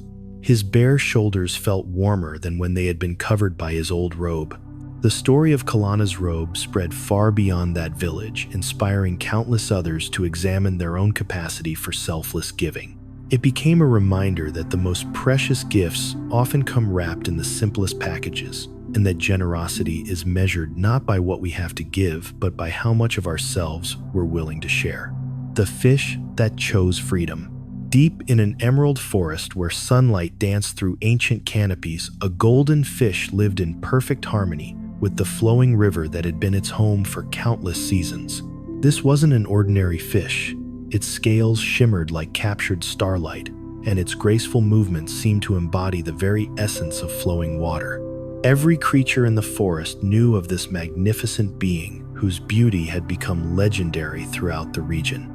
Yet beauty, as this fish would soon discover, can sometimes become its own kind of prison. One morning, as mist still clung to the water's surface, a skilled fisherman arrived at the riverbank. He had traveled many miles after hearing tales of the golden fish, driven not by hunger but by the prospect of an extraordinary catch that could change his fortunes forever. The fisherman knew that such a rare creature would be worth a king's ransom to the right buyer. He cast his nets with the patience of someone who understood that some prizes require careful waiting. Hours passed before the fisherman felt the telltale tug that indicated success. As he drew in his net, his heart raced with excitement. There, gleaming like liquid gold in the morning light, was the legendary fish he had sought. The creature's beauty exceeded even the most extravagant descriptions he had heard. This single catch would indeed make him wealthy, beyond his wildest dreams. But as the fisherman prepared to secure his prize, something unexpected occurred. The golden fish spoke its voice, carrying a clarity that transcended the boundary between species. "Kind fisherman," it said, its words rippling through the air like water itself. "I understand why you have caught me. My golden scales would indeed bring you great wealth. But before you claim your prize, might I ask you to consider something far more valuable than gold?" The fisherman paused, startled by this turn of events. In all his years of fishing, he had never encountered anything like this. Curiosity momentarily overcame his greed as he found himself genuinely interested in what the fish might offer. "Speak then," he said, though his grip on the net remained firm. "What could possibly be more valuable than your golden scales?" "My freedom," the fish replied simply. "And in choosing to grant it, you would receive something far more precious than any material reward. You would experience the joy that comes from an act of pure compassion. You would know the peace that follows when we choose love over profit, mercy over advantage." The fisherman scoffed at this suggestion. "Beautiful words," he said, "but words don't pay for food or shelter. Your scales could solve all my financial problems. Why would I trade certain wealth for abstract feelings?" He began to lift the net from the water, his practical mind rejecting what seemed like naive idealism. At that precise moment, as if summoned by the fish's plight, a group of traveling monks emerged from the forest path. Among them walked the Buddha himself, whose presence seemed to bring an immediate sense of calm to the entire scene. The Buddha observed the situation with eyes that saw far beyond the surface drama. He understood that this moment contained teachings more valuable than gold. "Friend," the Buddha addressed the fisherman gently, "you hold in your hands a choice that will define not just this moment, but the kind of person you choose to become. Tell me what brings more lasting satisfaction, possessing something beautiful, or allowing beauty to flourish freely?" Modern neuroscience reveals something fascinating about how acts of compassion affect our brains. Studies show that when we choose empathy over self-interest, our brains release a cocktail of chemicals, oxytocin, dopamine, and endorphins, that create feelings of well-being more lasting than those produced by material acquisitions. The Buddha was pointing toward what researchers now call compassion satisfaction, the deep fulfillment that comes from alleviating another's suffering. The fisherman found himself genuinely torn. Part of him remained focused on the practical benefits of his catch, but another part, stirred by the Buddha's presence and the fish's eloquent plea, began to feel something unfamiliar. For the first time, he truly looked at the golden fish not as a commodity, but as a living being with its own desires and rights. "What if I do release you?" the fisherman asked the fish. "How do I know you're not simply trying to escape without offering anything in return?" The fish's response was immediate and heartfelt. "I offer you the only thing of true value that I possess, my gratitude and the knowledge that you have acted from your highest nature. When you release me, you free not just my body, but something within yourself that has been trapped by the belief that happiness comes from taking rather than giving. Here's your freedom practice. Think of something you're currently holding on to tightly. Perhaps a grudge, a need to be right, or even a material possession you're afraid to lose. What would it feel like to release your grip, not because you have to, but because you choose compassion over control? Notice how the very thought of letting go might create both fear and a strange sense of relief. The Buddha spoke again, his words carrying the weight of profound wisdom. True wealth isn't measured by what we can take from the world, but by what we can give to it. This fish offers you an opportunity to discover the richness that comes from choosing mercy over advantage. Such moments are rare gifts, chances to transcend our smaller selves and act from our highest nature. Something shifted within the fisherman's heart. The golden scales that had seemed so valuable moments before now appeared almost insignificant compared to the choice before him. Slowly, deliberately, he lowered the net back into the water and opened it wide.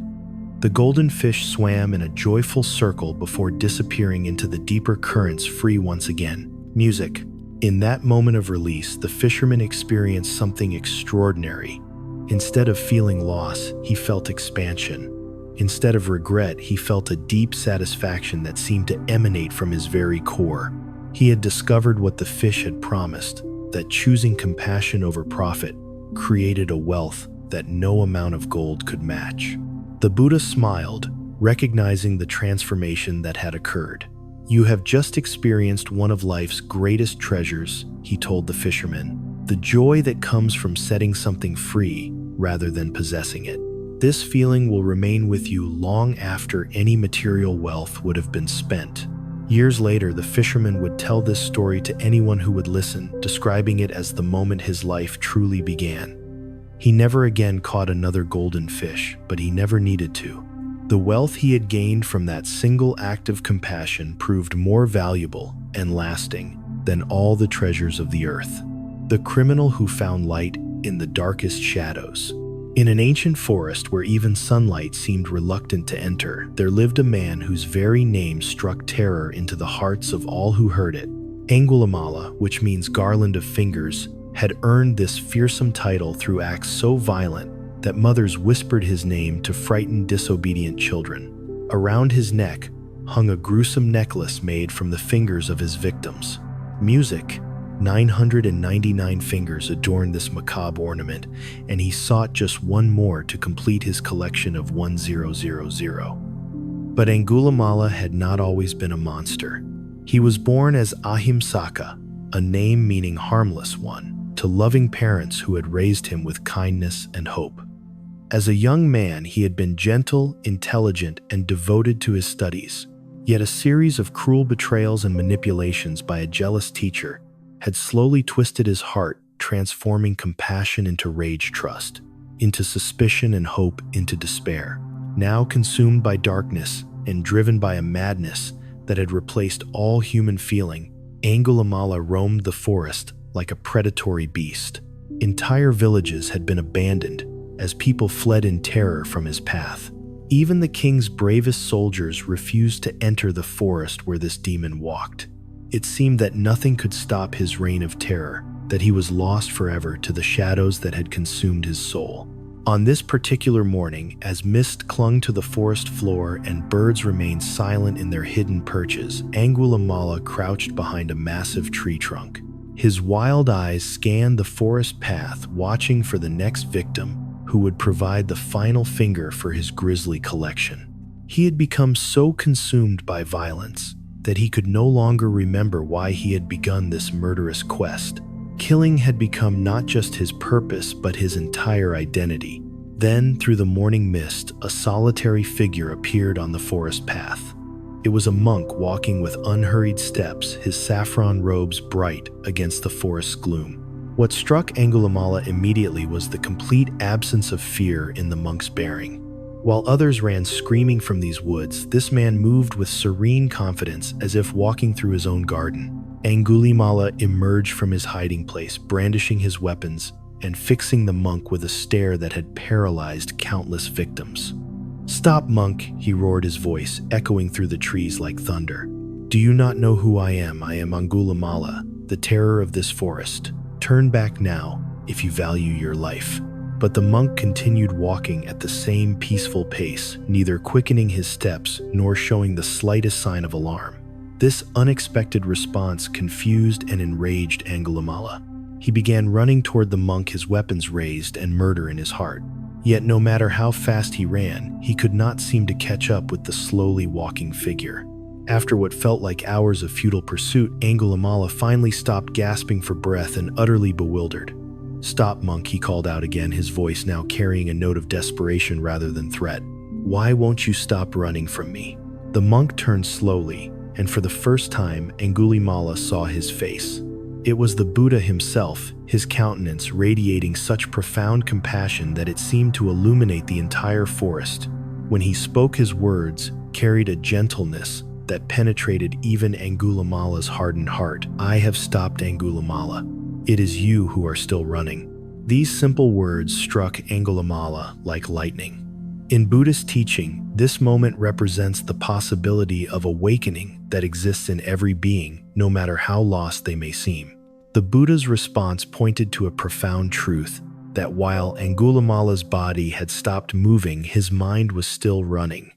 Running from his own pain, running from his true nature, running from the possibility of peace. "What do you mean?" Angulimala asked, his weapons lowering despite himself. For the first time in years, he found himself genuinely curious rather than simply murderous. The Buddha's eyes held infinite patience as he explained, "I have stopped running from suffering, stopped fleeing from truth, stopped trying to escape from the present moment. You, however, are still running. Running from your own conscience, running from the possibility of redemption. Your feet may be still, but your heart races away from peace." In Zen Buddhism, this teaching illustrates the difference between outer stillness and inner stillness. Many people appear calm on the surface, while their minds are in constant turmoil. True stopping means finding rest not just for the body, but also for the restless mind that generates all suffering. The Buddha had achieved this complete cessation, while Angula remained trapped in the endless cycle of craving and hatred. Something profound began to shift within Angula's consciousness. For the first time since his transformation into a killer, he truly saw himself as he had become. The finger necklace around his neck suddenly felt unbearably heavy. The weapons in his hands seemed foreign, as if they belonged to someone else. Most surprisingly, he felt tears beginning to stream down his cheeks, the first tears he had shed in years. "Is it possible?" Angula whispered, his voice breaking. "For someone like me to stop running? Is there hope for one who has caused so much suffering?" The Buddha's response embodied the essence of Buddhist compassion. "Every being possesses Buddha nature," he said gently. "No matter how deeply buried it may become, under layers of anger, fear, and delusion, this pure essence can never be destroyed. What you call evil is simply confusion about your true nature. When the confusion clears, the light that was always there can shine again." This teaching reflects the Buddhist understanding that no one is fundamentally evil. What we label as evil actions arise from ignorance of our interconnected nature. When beings truly understand that harming others only harms themselves, when they recognize their essential unity with all life, harmful actions naturally cease. Angula's transformation wasn't about becoming someone new, but about remembering who he had always been beneath the darkness. In that moment of recognition, Angulimala fell to his knees and removed the terrible necklace from around his neck. He cast aside his weapons and begged the Buddha to accept him as a disciple. The Buddha, seeing the genuine transformation in his heart, welcomed him with the same compassion he showed to all seekers. From that day forward, the man once known as the Terror of the Forest became one of the Buddha's most devoted followers. Angulimala's story reminds us that no one is beyond redemption. In our own lives, we may encounter people who seem irredeemably lost to anger, hatred, or destructive patterns. Buddhist wisdom teaches us to look beyond surface behaviors to the Buddha nature that exists in every being.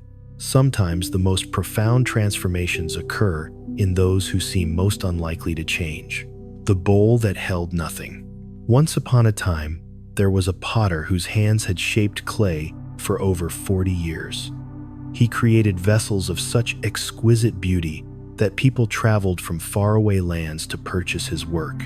His shelves were filled with glazed bowls that reflected light like captured rainbows, elegant vases that seemed to hold moonbeams, and delicate cups that made even plain water taste like nectar. Yet despite his mastery and success, the potter yearned to create something that would honor the Buddha's upcoming visit to their village. He desired to craft a gift so perfect that it would express his deepest devotion and gratitude. For weeks, the potter labored with unprecedented intensity. He mixed the finest clays, experimented with rare glazes, and fired piece after piece in his kiln. Each creation was more beautiful than the last, yet none satisfied his discerning eye. He created bowls adorned with intricate patterns that told stories of enlightenment vases shaped like lotus blossoms, opening to receive wisdom, and cups so delicate they seemed carved from crystallized air. But as the day of the Buddha's arrival approached, the potter grew increasingly frustrated. Despite his technical perfection, something essential was missing from every piece he created.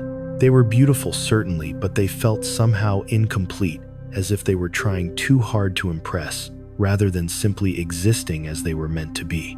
In his desperation to create the perfect offering, he had lost touch with the simple joy that had originally drawn him to his craft. On the morning of the Buddha's visit, the potter sat surrounded by dozens of rejected masterpieces. His hands were stained with clay, his eyes red from sleepless nights, and his heart heavy with disappointment. In a moment of complete surrender, he took a simple lump of clay and began to work without any plan or intention. His hands moved of their own accord, shaping the clay, not according to any predetermined design, but simply allowing it to become what it wanted to be. What emerged was the simplest bowl he had ever made. It had no decorative patterns, no elaborate glazing, no clever proportions designed to catch the eye. It was just a bowl, round, functional, and honest in its simplicity. Yet as the potter held it in his hands, he felt something he hadn't experienced during all his weeks of elaborate efforts. This humble vessel seemed to radiate a quiet dignity that all his ornate creations had lacked. When the Buddha arrived at the village center, crowds gathered with their carefully prepared offerings. Wealthy merchants presented silk and precious stones, scholars offered rare manuscripts, and artisans displayed their finest works. The potter approached hesitantly, his simple bowl feeling embarrassingly plain compared to the magnificent gifts surrounding them. Yet he had nothing else to offer, so he stepped forward with quiet humility. "Blessed teacher," the potter said softly, extending his humble creation. "I worked for weeks trying to create something worthy of your presence. Nothing I made satisfied me until I stopped trying so hard. This simple bowl is all I have to offer. It holds nothing but my sincere gratitude for your teachings." The Buddha received the plain bowl with the same reverence he had shown to all the elaborate gifts, but instead of setting it aside, he held it up for everyone to see. "Look at this beautiful bowl," he said, his voice carrying across the silent crowd. "Do you see its true nature?" The assembled villagers looked puzzled. Compared to the ornate offerings surrounding it, the potter's bowl seemed almost apologetically simple.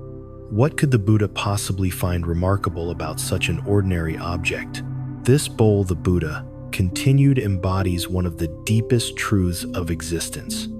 Its value lies not in what it contains, but in its capacity to contain. A bowl's usefulness comes from its emptiness, not from its substance. The space within is what makes it functional. The absence is what gives it purpose. In Buddhist understanding, emptiness doesn't mean void or meaningless. Rather, it refers to the absence of fixed, separate existence. Just as a bowl's emptiness allows it to hold water, tea, or rice, our own emptiness of rigid self-concepts allows us to be filled with compassion, wisdom, and peace. The potter's simple bowl had become a perfect teacher, demonstrating this profound principle without saying a word.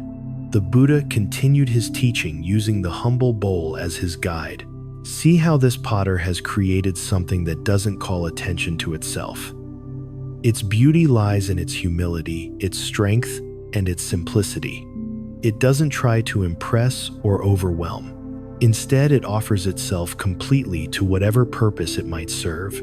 This teaching points to a fundamental Buddhist principle about the nature of true service. Like the empty bowl, we are most useful when we don't insist on being filled with our own importance. When we empty ourselves of ego, pride, and the need for recognition, we create space for wisdom and compassion to flow through us. The potter's weeks of elaborate effort had been motivated by his desire to create something impressive, but his simple bowl emerged from a mind that had let go of such ambitions. Moreover, the Buddha said, running his fingers along the bowl's smooth rim, "Notice how this vessel doesn't compete with what it contains. If you fill it with water, it doesn't try to be more important than the water. If you place rice within it, it doesn't overshadow the rice. Its purpose is fulfilled precisely by not asserting itself." The crowd began to understand the deeper lesson. In their daily lives, they often struggled to make themselves important, to stand out, to be noticed and appreciated. But the Buddha was pointing toward a different way of being, one where fulfillment came not from asserting the self, but from serving others without self-importance. Like the bowl, true satisfaction came from emptying oneself rather than filling oneself. The potter listened to these teachings with growing wonder. He realized that in his weeks of frustrated effort, he had been trying to put himself into his work rather than getting himself out of the way. His ornate creations had been expressions of his skill and ego, while this simple bowl had emerged when he finally stopped trying to prove anything. It was beautiful precisely because it didn't try to be beautiful. From that day forward, the potter's approach to his craft transformed completely. He continued creating vessels of great beauty, but now they possessed a quality they had never had before, a selfless simplicity that made them perfect for their intended purpose. Like his first humble offering to the Buddha, they served without calling attention to themselves. In learning to create empty vessels, he had discovered how to empty himself of the very obstacles that had prevented his greatest work. The Buddha kept that simple bowl throughout his travels, using it daily for his meals. It became a silent teacher, reminding all who saw it that true beauty often lies in what isn't there rather than what is. Sometimes the most profound gifts are the simplest ones, offered not to impress but to serve. The serpent that poisoned itself. In a lush valley where streams sang gentle melodies and flowers bloomed in endless abundance, there lived a cobra whose reputation for wisdom and kindness had spread throughout the animal kingdom. This serpent was known not for striking fear into other creatures, but for offering protection to the vulnerable and counsel to the confused.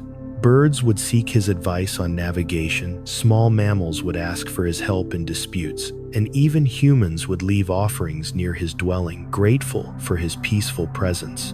He had taken sacred vows of nonviolence, promising never to harm another living being, regardless of the circumstances. For many seasons, the cobra lived in perfect harmony with his surroundings.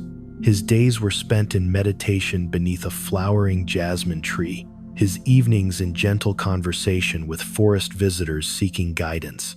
The very sight of his graceful form moving through the grass brought comfort to other creatures rather than terror.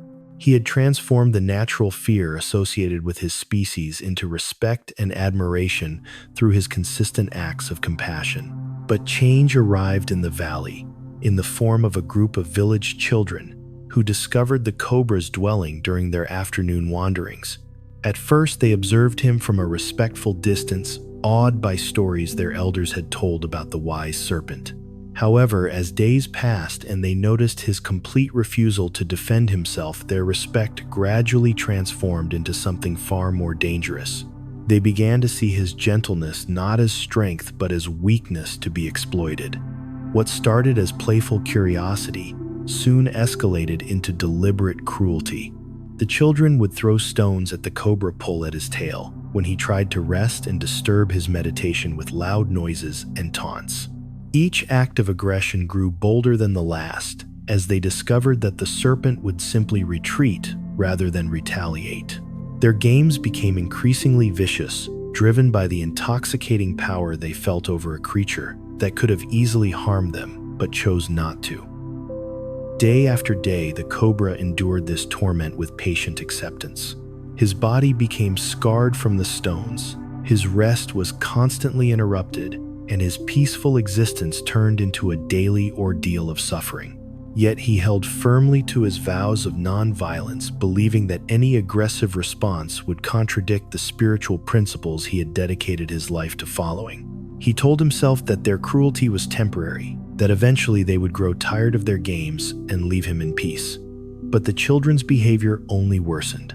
Word spread among the village youth about the serpent who wouldn't fight back, and soon, larger groups began visiting the valley, specifically to torment the defenseless creature.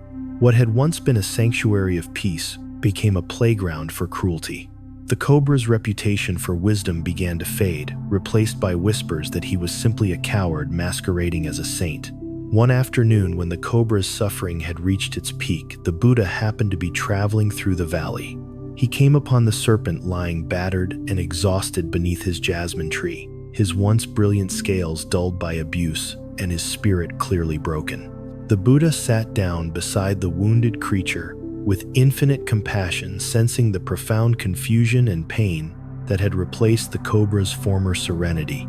"Tell me, friend," the Buddha said gently, "what has brought you to this state?"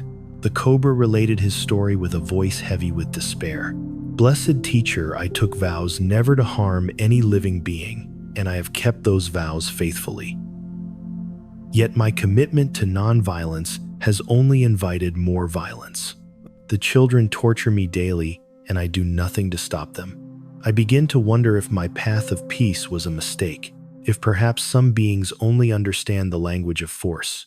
The Buddha listened with complete attention, his eyes reflecting deep understanding of the cobra's dilemma. When the serpent finished his tale, the Buddha smiled with gentle wisdom. "My friend, you have confused non-violence with non-resistance. There is a profound difference between refusing to harm others and allowing others to harm you without limit. True compassion sometimes requires us to set clear boundaries, not only for our own well-being, but for the spiritual welfare of those who would do us harm." This teaching illuminates a crucial understanding in Buddhist practice. Non-violence, or ahimsa, doesn't mean becoming a passive victim of others' aggression. Rather, it means responding to harmful situations with wisdom, rather than hatred, firmness, rather than revenge. The cobra had allowed his interpretation of non-violence to become a form of enabling, actually encouraging the children's cruelty by removing all consequences for their actions. "But how can I set boundaries without violence?" the cobra asked, his confusion evident. "My very nature as a serpent means that any defense I offer might seriously harm them." The Buddha's response revealed the subtle art of skillful means. "You need not bite to protect yourself," he explained. "You can rise up to your full height, spread your hood, and hiss with authority. You can show them that while you choose not to harm them, you are perfectly capable of doing so. This display of strength serves both of you. It protects you from abuse while teaching them that their actions have consequences." This wisdom points to the Buddhist understanding that true strength often lies in restraint rather than action. The cobra's power wasn't in his ability to strike, but in his conscious choice not to strike when he easily could. However, for this choice to be meaningful, others needed to understand that it was indeed a choice rather than helplessness. By clearly demonstrating his capability while choosing restraint, the cobra would be teaching a far more powerful lesson than either violence or passive acceptance could provide. The next day, when the children arrived for their usual torment, they found a very different serpent waiting for them. As they approached with their stones and taunts, the cobra rose to his full magnificent height, spread his hood wide, and released a hiss that resonated with unmistakable authority. His eyes blazed with fierce compassion as he held their gaze steadily. The children froze suddenly, remembering that they were face to face with one of nature's most powerful predators. But the cobra did not strike. After holding his position long enough to make his point clear, he slowly lowered himself and resumed his peaceful posture. The message was unmistakable. "I could harm you easily, but I choose not to. However, I will no longer allow you to harm me without consequence." The children retreated, their games suddenly seeming far less amusing when faced with real power consciously restrained. From that day forward, the cobra's dwelling became peaceful once again. The children learned to approach him with the respect his wisdom deserved, and he resumed his role as a teacher and protector in the valley. He had discovered that true nonviolence sometimes requires the courage to appear dangerous while choosing to remain harmless. In learning to set boundaries with compassionate firmness, he had found a deeper understanding of what it truly means to serve others' highest good. The water that refused to flow. High in the Himalayan peaks, where snow-crowned mountains kiss the eternal sky, a crystal-clear stream had carved its path through ancient stones for thousands of years. This wasn't an ordinary waterway.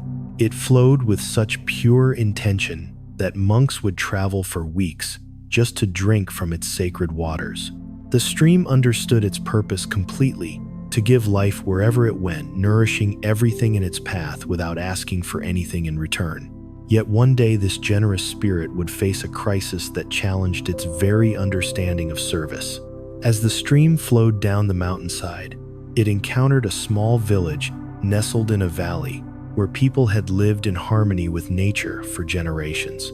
The villagers had built their homes around the stream's natural course, creating gardens that bloomed magnificently thanks to the life-giving water. Children played along its banks, women washed clothes in its gentle current, and farmers channeled its flow to irrigate their fields. The stream felt deep satisfaction, watching the prosperity and joy its presence brought to these hard-working people. But as seasons passed, the villagers began to take the stream's generosity for granted. They built larger and more elaborate channels to divert its water, caring little about how this affected the stream's natural flow. They dumped waste into its banks, polluted its clean waters with soap and refuse, and showed no gratitude for the abundance it provided. Where once there had been respectful cooperation, now there was thoughtless exploitation. The stream watched with growing sadness as its pure waters became cloudy and its banks littered with debris. Fish began to die in its poisoned currents, and the beautiful plants along its edges withered from contamination. Yet still, the villagers demanded more water for their expanding farms and growing population, never considering the cost of their carelessness. The stream's generous heart began to ache with a pain it had never experienced before. One morning, as the stream witnessed a particularly thoughtless act, a villager dumping kitchen waste directly into its flow, while simultaneously drawing clean water for his family. Something inside the water's consciousness snapped. Enough, the stream declared, its voice echoing through the valley like thunder. I have given and given until I am poisoned and polluted. If this is how my generosity is received, then I shall give no more. In its hurt and anger, the stream made a fateful decision. It would redirect its flow away from the village, entirely finding a new path that avoided human contact altogether. The water began carving a different channel through the mountains, abandoning the valley where it had flowed for millennia. Let them find water elsewhere, the stream thought bitterly. I will no longer waste my purity on those who appreciate nothing. Within days, the effects of the stream's departure became catastrophic. Gardens withered under the merciless sun, wells ran dry, and the villagers faced the terrifying prospect of drought. Panic spread through the community as they realized what their carelessness had cost them. But by then, it seemed too late. The stream was gone, and no amount of regret could call it back. High in the mountains, far from human settlement, the stream initially felt vindicated in its decision. Its waters ran clear again, unpolluted by human waste. No one made demands on its generosity or took its gifts for granted. Yet, as days passed in this pristine solitude, an unexpected emptiness began to grow within the stream's consciousness. It was during this time of isolation that the Buddha, traveling through the high mountain passes, encountered the displaced stream. He sat beside its banks in quiet meditation, sensing the water's inner turmoil despite its outward purity. When he finally spoke, his words carried the gentle wisdom of one who understood the deepest currents of the heart. Beautiful stream, why do you flow here in the wilderness when your true calling lies in the valley below? The stream poured out its story to the compassionate teacher, describing the villagers' ingratitude and the pollution they had brought to its sacred waters. I gave them everything. The stream said, its voice heavy with hurt, and they repaid my generosity with carelessness and contamination. Why should I continue to serve those who show no respect for my gifts? The Buddha listened with infinite patience, understanding the stream's pain while seeing the deeper truth that anger had obscured. Tell me, he said gently, when you flowed through the village, were there no children who delighted in your coolness on hot days? Were there no flowers that bloomed more beautifully because of your nourishment?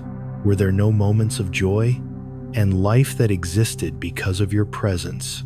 The stream paused, remembering scenes it had forgotten in its anger. Yes, there had been children's laughter echoing from its banks, elderly villagers finding peace in the sound of its flow, and countless moments of simple beauty that its presence had made possible. In focusing on the pollution and ingratitude, it had lost sight of the genuine good it had accomplished. But what about the waste and disrespect? The stream asked. How can I continue to give when my gifts are treated so carelessly? The Buddha's response revealed the heart of compassionate wisdom. True generosity doesn't depend on the worthiness of the recipient, he explained.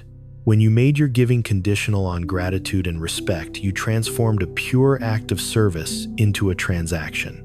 Your nature is to flow and nourish, not because others deserve it, but because that is what streams do.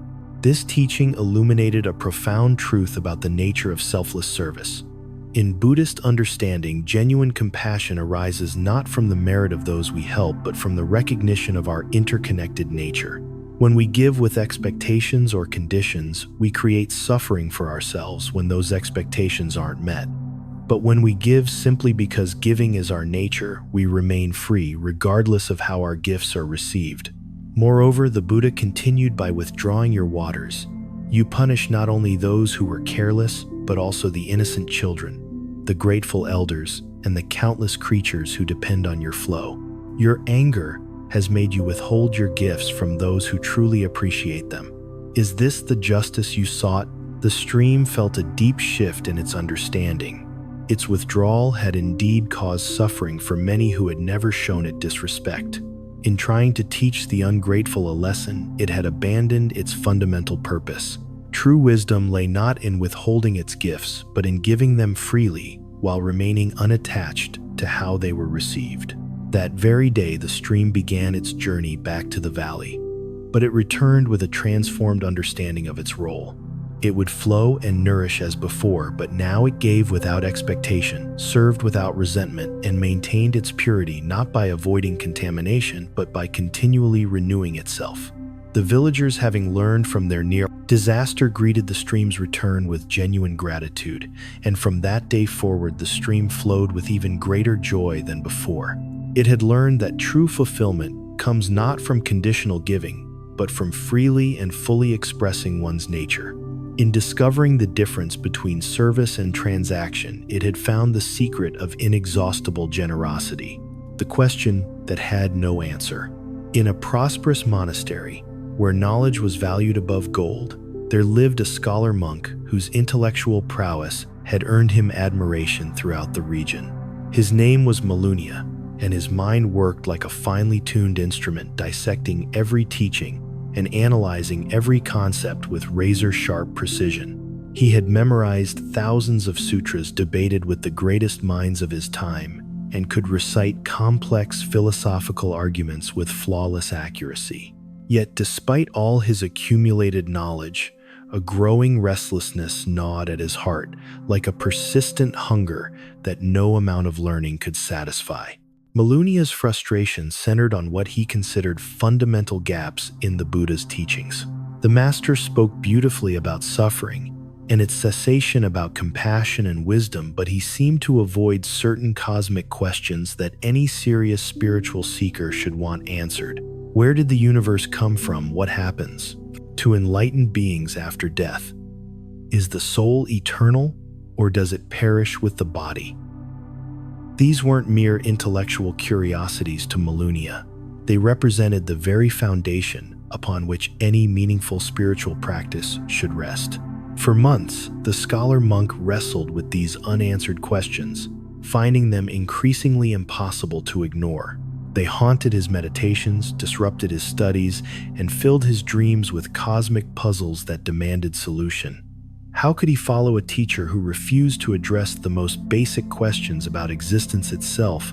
Finally, his frustration reached a breaking point, and he decided to confront the Buddha directly with an ultimatum that would force a resolution. One afternoon, as golden sunlight filtered through the monastery's ancient trees, Malunya approached the Buddha with determined steps and a mind full of carefully prepared arguments. His fellow monks sensed the tension in his bearing and gathered quietly to witness what promised to be a significant confrontation between intellectual ambition and spiritual wisdom. The scholar monk bowed respectfully but formally, his gesture carrying more challenge than reverence. Blessed teacher Malunya, began, his voice steady but edged with frustration. I have followed your teachings faithfully for years, yet there are fundamental questions you have never answered. I cannot continue this path of practice while such essential matters remain unresolved. Today I demand clear answers, or I will leave this monastery forever. Tell me, is the universe eternal or finite? Does the soul survive death or perish with the body? Are space and time infinite or bounded? These are not trivial matters. They are the very foundation of understanding reality itself. The Buddha listened to this challenge with perfect calm, his eyes reflecting neither surprise nor displeasure at the monk's ultimatum. When Malunya finished his passionate demand, the teacher sat in thoughtful silence for several moments, as if considering not just the questions themselves, but the deep need that drove them. Then, instead of answering directly, the Buddha began to tell a story that would forever change the scholar monk's understanding of what questions truly matter. Malunya, the Buddha said, gently, imagine a man walking through a forest when suddenly he is struck by a poisoned arrow. The arrow pierces deep into his chest, and deadly poison begins coursing through his veins.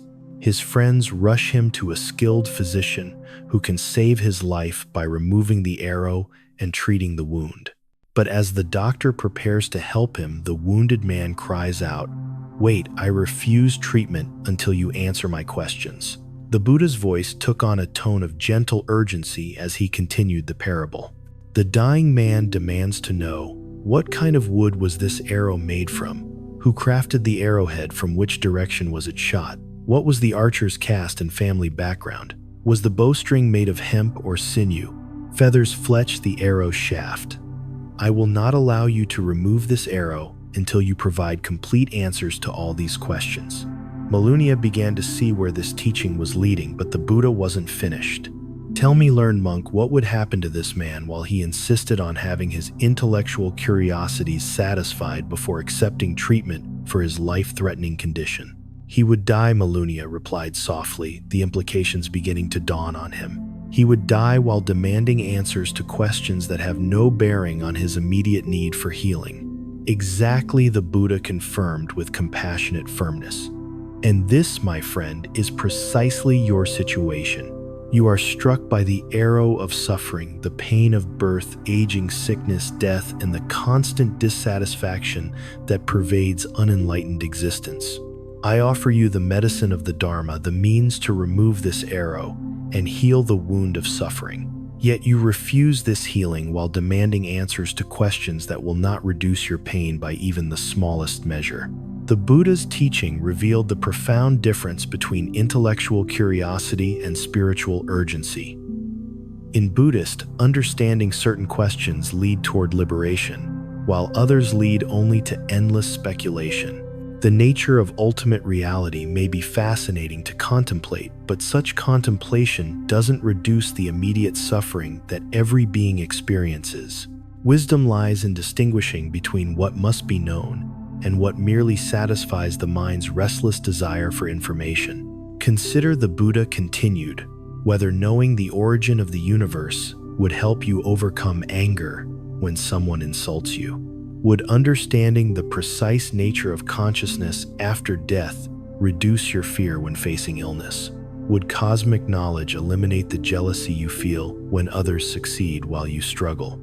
These abstract answers cannot heal the concrete wounds that cause your daily suffering. Malunnia felt something shifting deep within his understanding. For years, he had pursued knowledge as an end in itself, assuming that more information would naturally lead to greater wisdom. But now, he began to see that wisdom wasn't about accumulating answers to every possible question. True wisdom meant recognizing which questions actually mattered for the task of liberation. The teachings I offer, the Buddha explained, are specifically designed to address the arrow of suffering that pierces every human heart.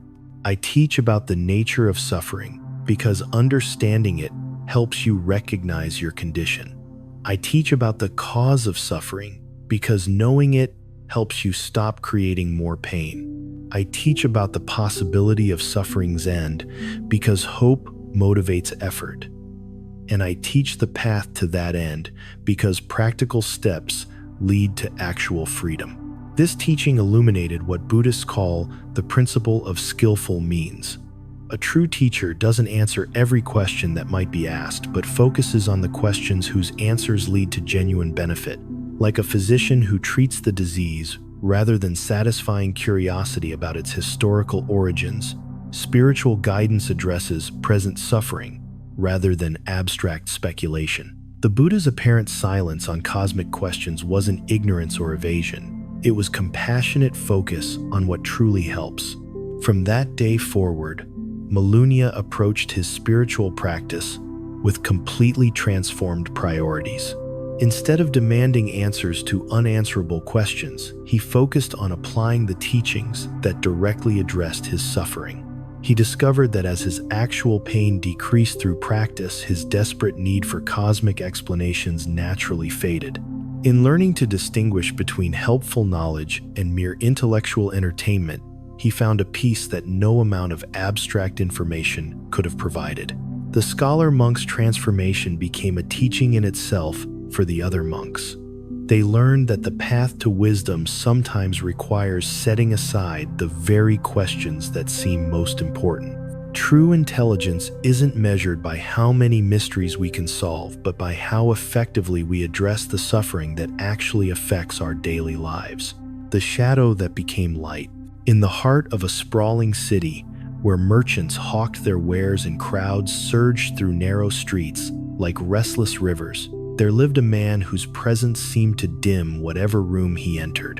Devadatta was Buddha's own cousin, blessed with intelligence, charisma, and natural leadership abilities that should have made him beloved by all who knew him. Yet wherever the Buddha's light shone brightest, Devadatta's shadow grew darkest, consumed by a jealousy so profound it poisoned every aspect of his existence. This is the story of how the deepest darkness can sometimes give birth to the most unexpected illumination. From childhood, Devadatta had lived in the shadow of his extraordinary cousin. When they were boys, Buddha's wisdom and kindness drew people naturally to him, while Devadatta's attempts to gain attention often fell flat. As young men, Buddha's spiritual seeking inspired reverence, while Devadatta's ambitions seemed somehow hollow by comparison. Now, as adults, Buddha had become the awakened teacher whose name was spoken with reverence across kingdoms, while Devadatta remained merely the Buddha's cousin forever defined by someone else's greatness. The poison of comparison had worked its way so deeply into Devadatta's heart that he could no longer experience joy in his cousin's success.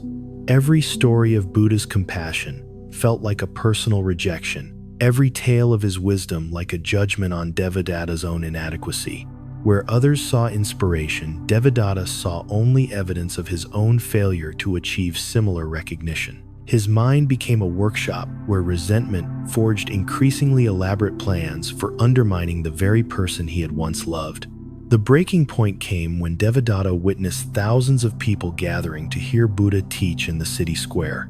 The crowd's rapt attention, their tears of gratitude, their obvious transformation through Buddha's words, all of this should have filled a cousin's heart with pride.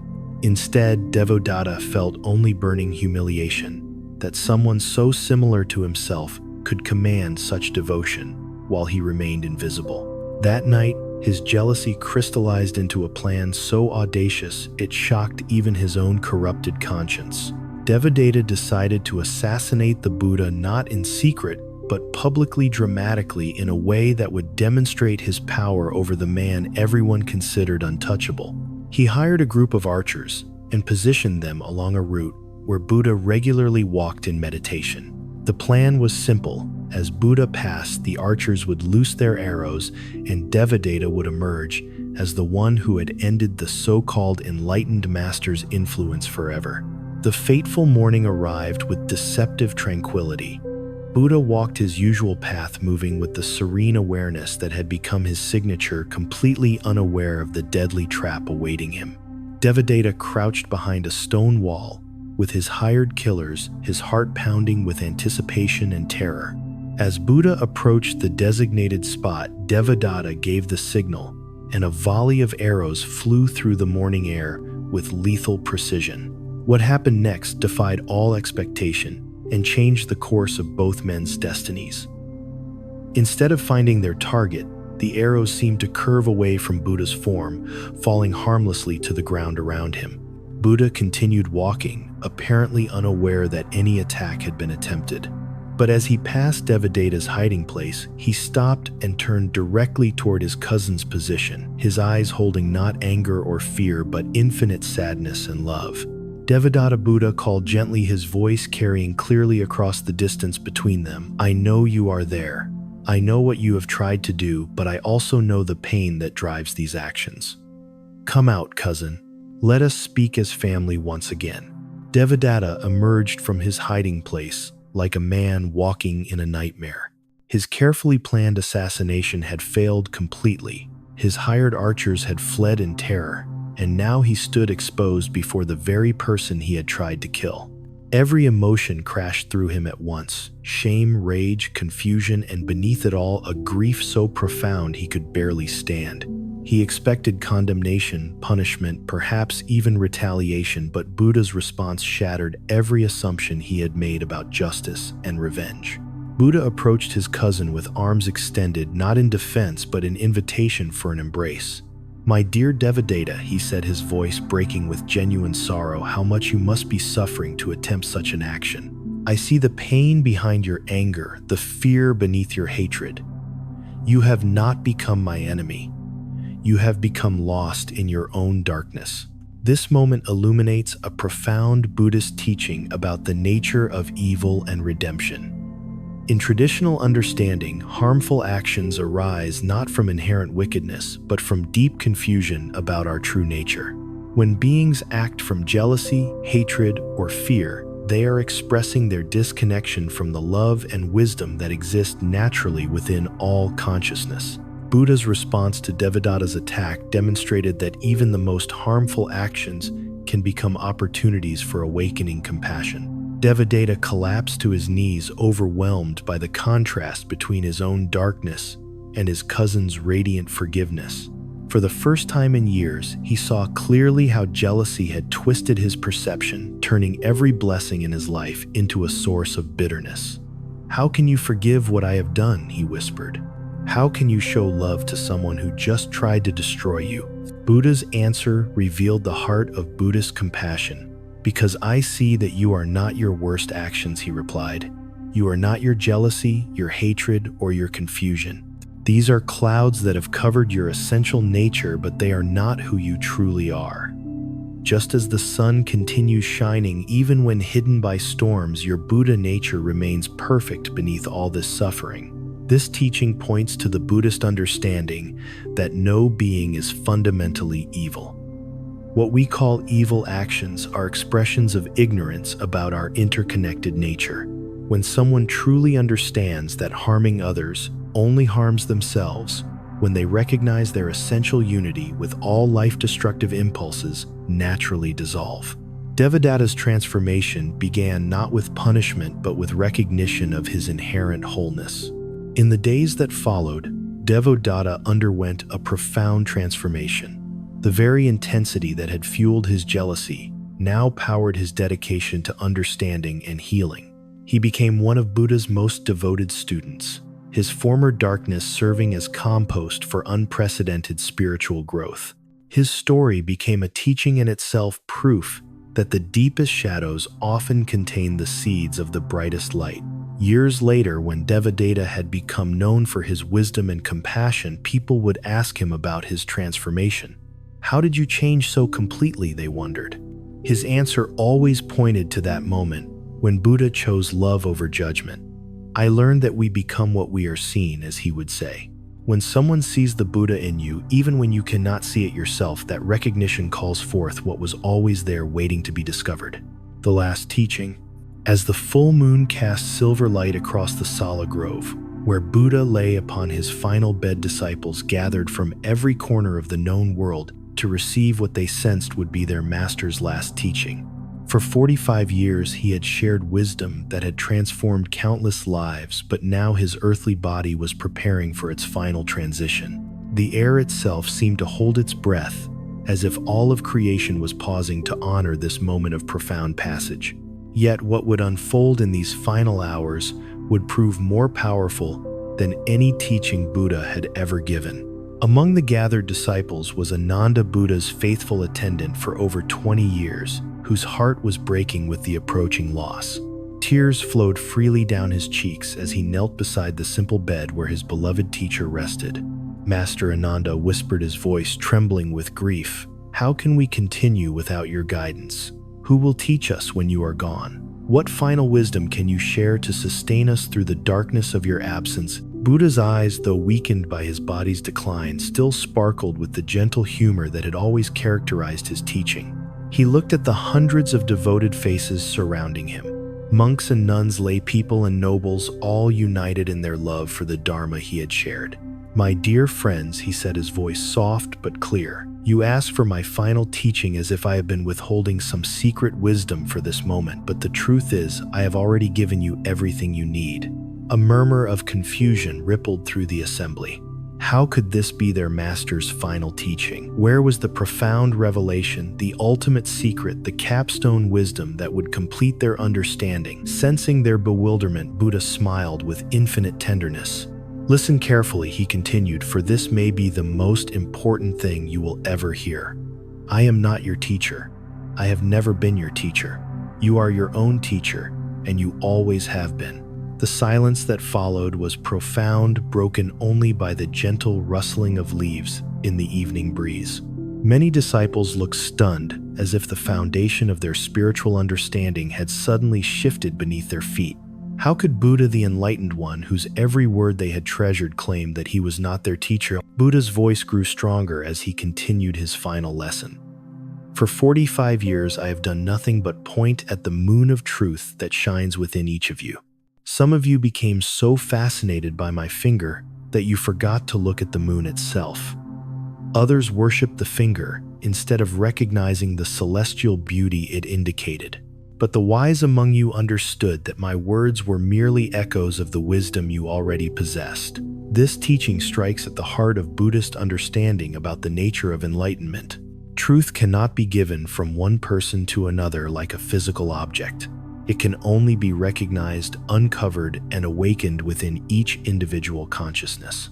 A teacher's role is not to pour wisdom into empty vessels, but to create conditions where students discover their own inherent completeness. When I spoke of suffering, Buddha continued, whose suffering was I describing? When I taught about compassion, whose heart needed to open? When I pointed toward liberation, who needed to be free? Every teaching was about you, by you, and for you. I was simply the mirror that reflected back your own deepest knowing. Young Rahula, Buddha's son, spoke up with tears in his voice. "But Father, without your guidance, how will we know if we are on the right path? How will we distinguish between true wisdom and mere opinion?" Buddha's response illuminated the essence of spiritual maturity. "My son, the same awareness that recognizes truth in my words is the awareness that can recognize truth anywhere. It is not different from your own Buddha nature. When you stop looking outside yourself for validation and start trusting the wisdom that guided you to spiritual seeking in the first place, you become your own perfect teacher. This has always been the goal, not to create followers, but to awaken Buddhas." The teaching continued as Buddha's breathing grew more labored, but his clarity remained perfect. "Some of you will want to make statues of me, build temples in my honor, and turn my words into rigid doctrines. Others will argue about the correct interpretation of my teachings and create elaborate hierarchies of spiritual authority. But remember this moment when I tell you that the truth needs no temples, the Dharma requires no priests, and enlightenment recognizes no external authority. This profound teaching points to the Buddhist principle of spiritual independence. While teachers, communities, and practices can provide invaluable support, ultimate liberation comes from recognizing our own essential nature. Any teaching that increases dependence rather than fostering independence has missed the fundamental point. The goal is not to create eternal students, but to awaken inherent wisdom that needs no external confirmation. As the night deepened and Buddha's final moments approached, he offered one last gift to his devoted followers. When I am gone, do not mourn the loss of your teacher. Instead, celebrate the discovery of who you have always been. Every question you brought to me arose from your own wisdom. Every insight you gained through my teachings was your own recognition of truth. I was never separate from you. I was simply you wearing different robes. The assembled disciples felt something extraordinary occurring. Instead of feeling abandoned by their teacher's departure, they began to sense a profound empowerment. The wisdom they had attributed to Buddha's special enlightenment they now recognized as their own birthright. The peace they had sought in his presence they discovered was available in their own awareness. My final teaching is this, Buddha whispered as his eyes began to close. Be lamps unto yourselves. Trust the light that has always been shining within you. When you need guidance, look not to my words but to your own deepest understanding. When you face difficulties, remember that the same awareness that appreciated my teachings is perfectly capable of navigating any challenge. As Buddha's breathing became imperceptible and his physical form grew still, something miraculous happened among his disciples. Instead of feeling lost and directionless, they felt more connected to their teacher than ever before. They realized that he had not left them. He had shown them where he had always been. In recognizing their own Buddha nature, they discovered that the teacher and student were and had always been one. The greatest teaching is the one that makes itself unnecessary. In his final moments, Buddha gave his students the ultimate gift, not more dependence, but complete freedom. He showed them that the wisdom they had been seeking outside themselves had been their own treasure all along. As our journey through these timeless teachings draws to a close, you've discovered something precious. Each story has revealed the same beautiful truth that wisdom, peace, and happiness were never outside you waiting to be found. They were always here in your own awareness, in your own heart. Whether you've listened actively or drifted into peaceful sleep, these ancient seeds of understanding will continue to grow within you. In the days ahead, you may find yourself remembering the farmer's ox, the empty bowl, or Buddha's final teaching at just the right moment. Trust these moments of recognition. Thank you for joining us at Voice of Zen. May you carry this peace wherever you go, knowing that the greatest treasure is the one you've always possessed. Rest well, dear friend.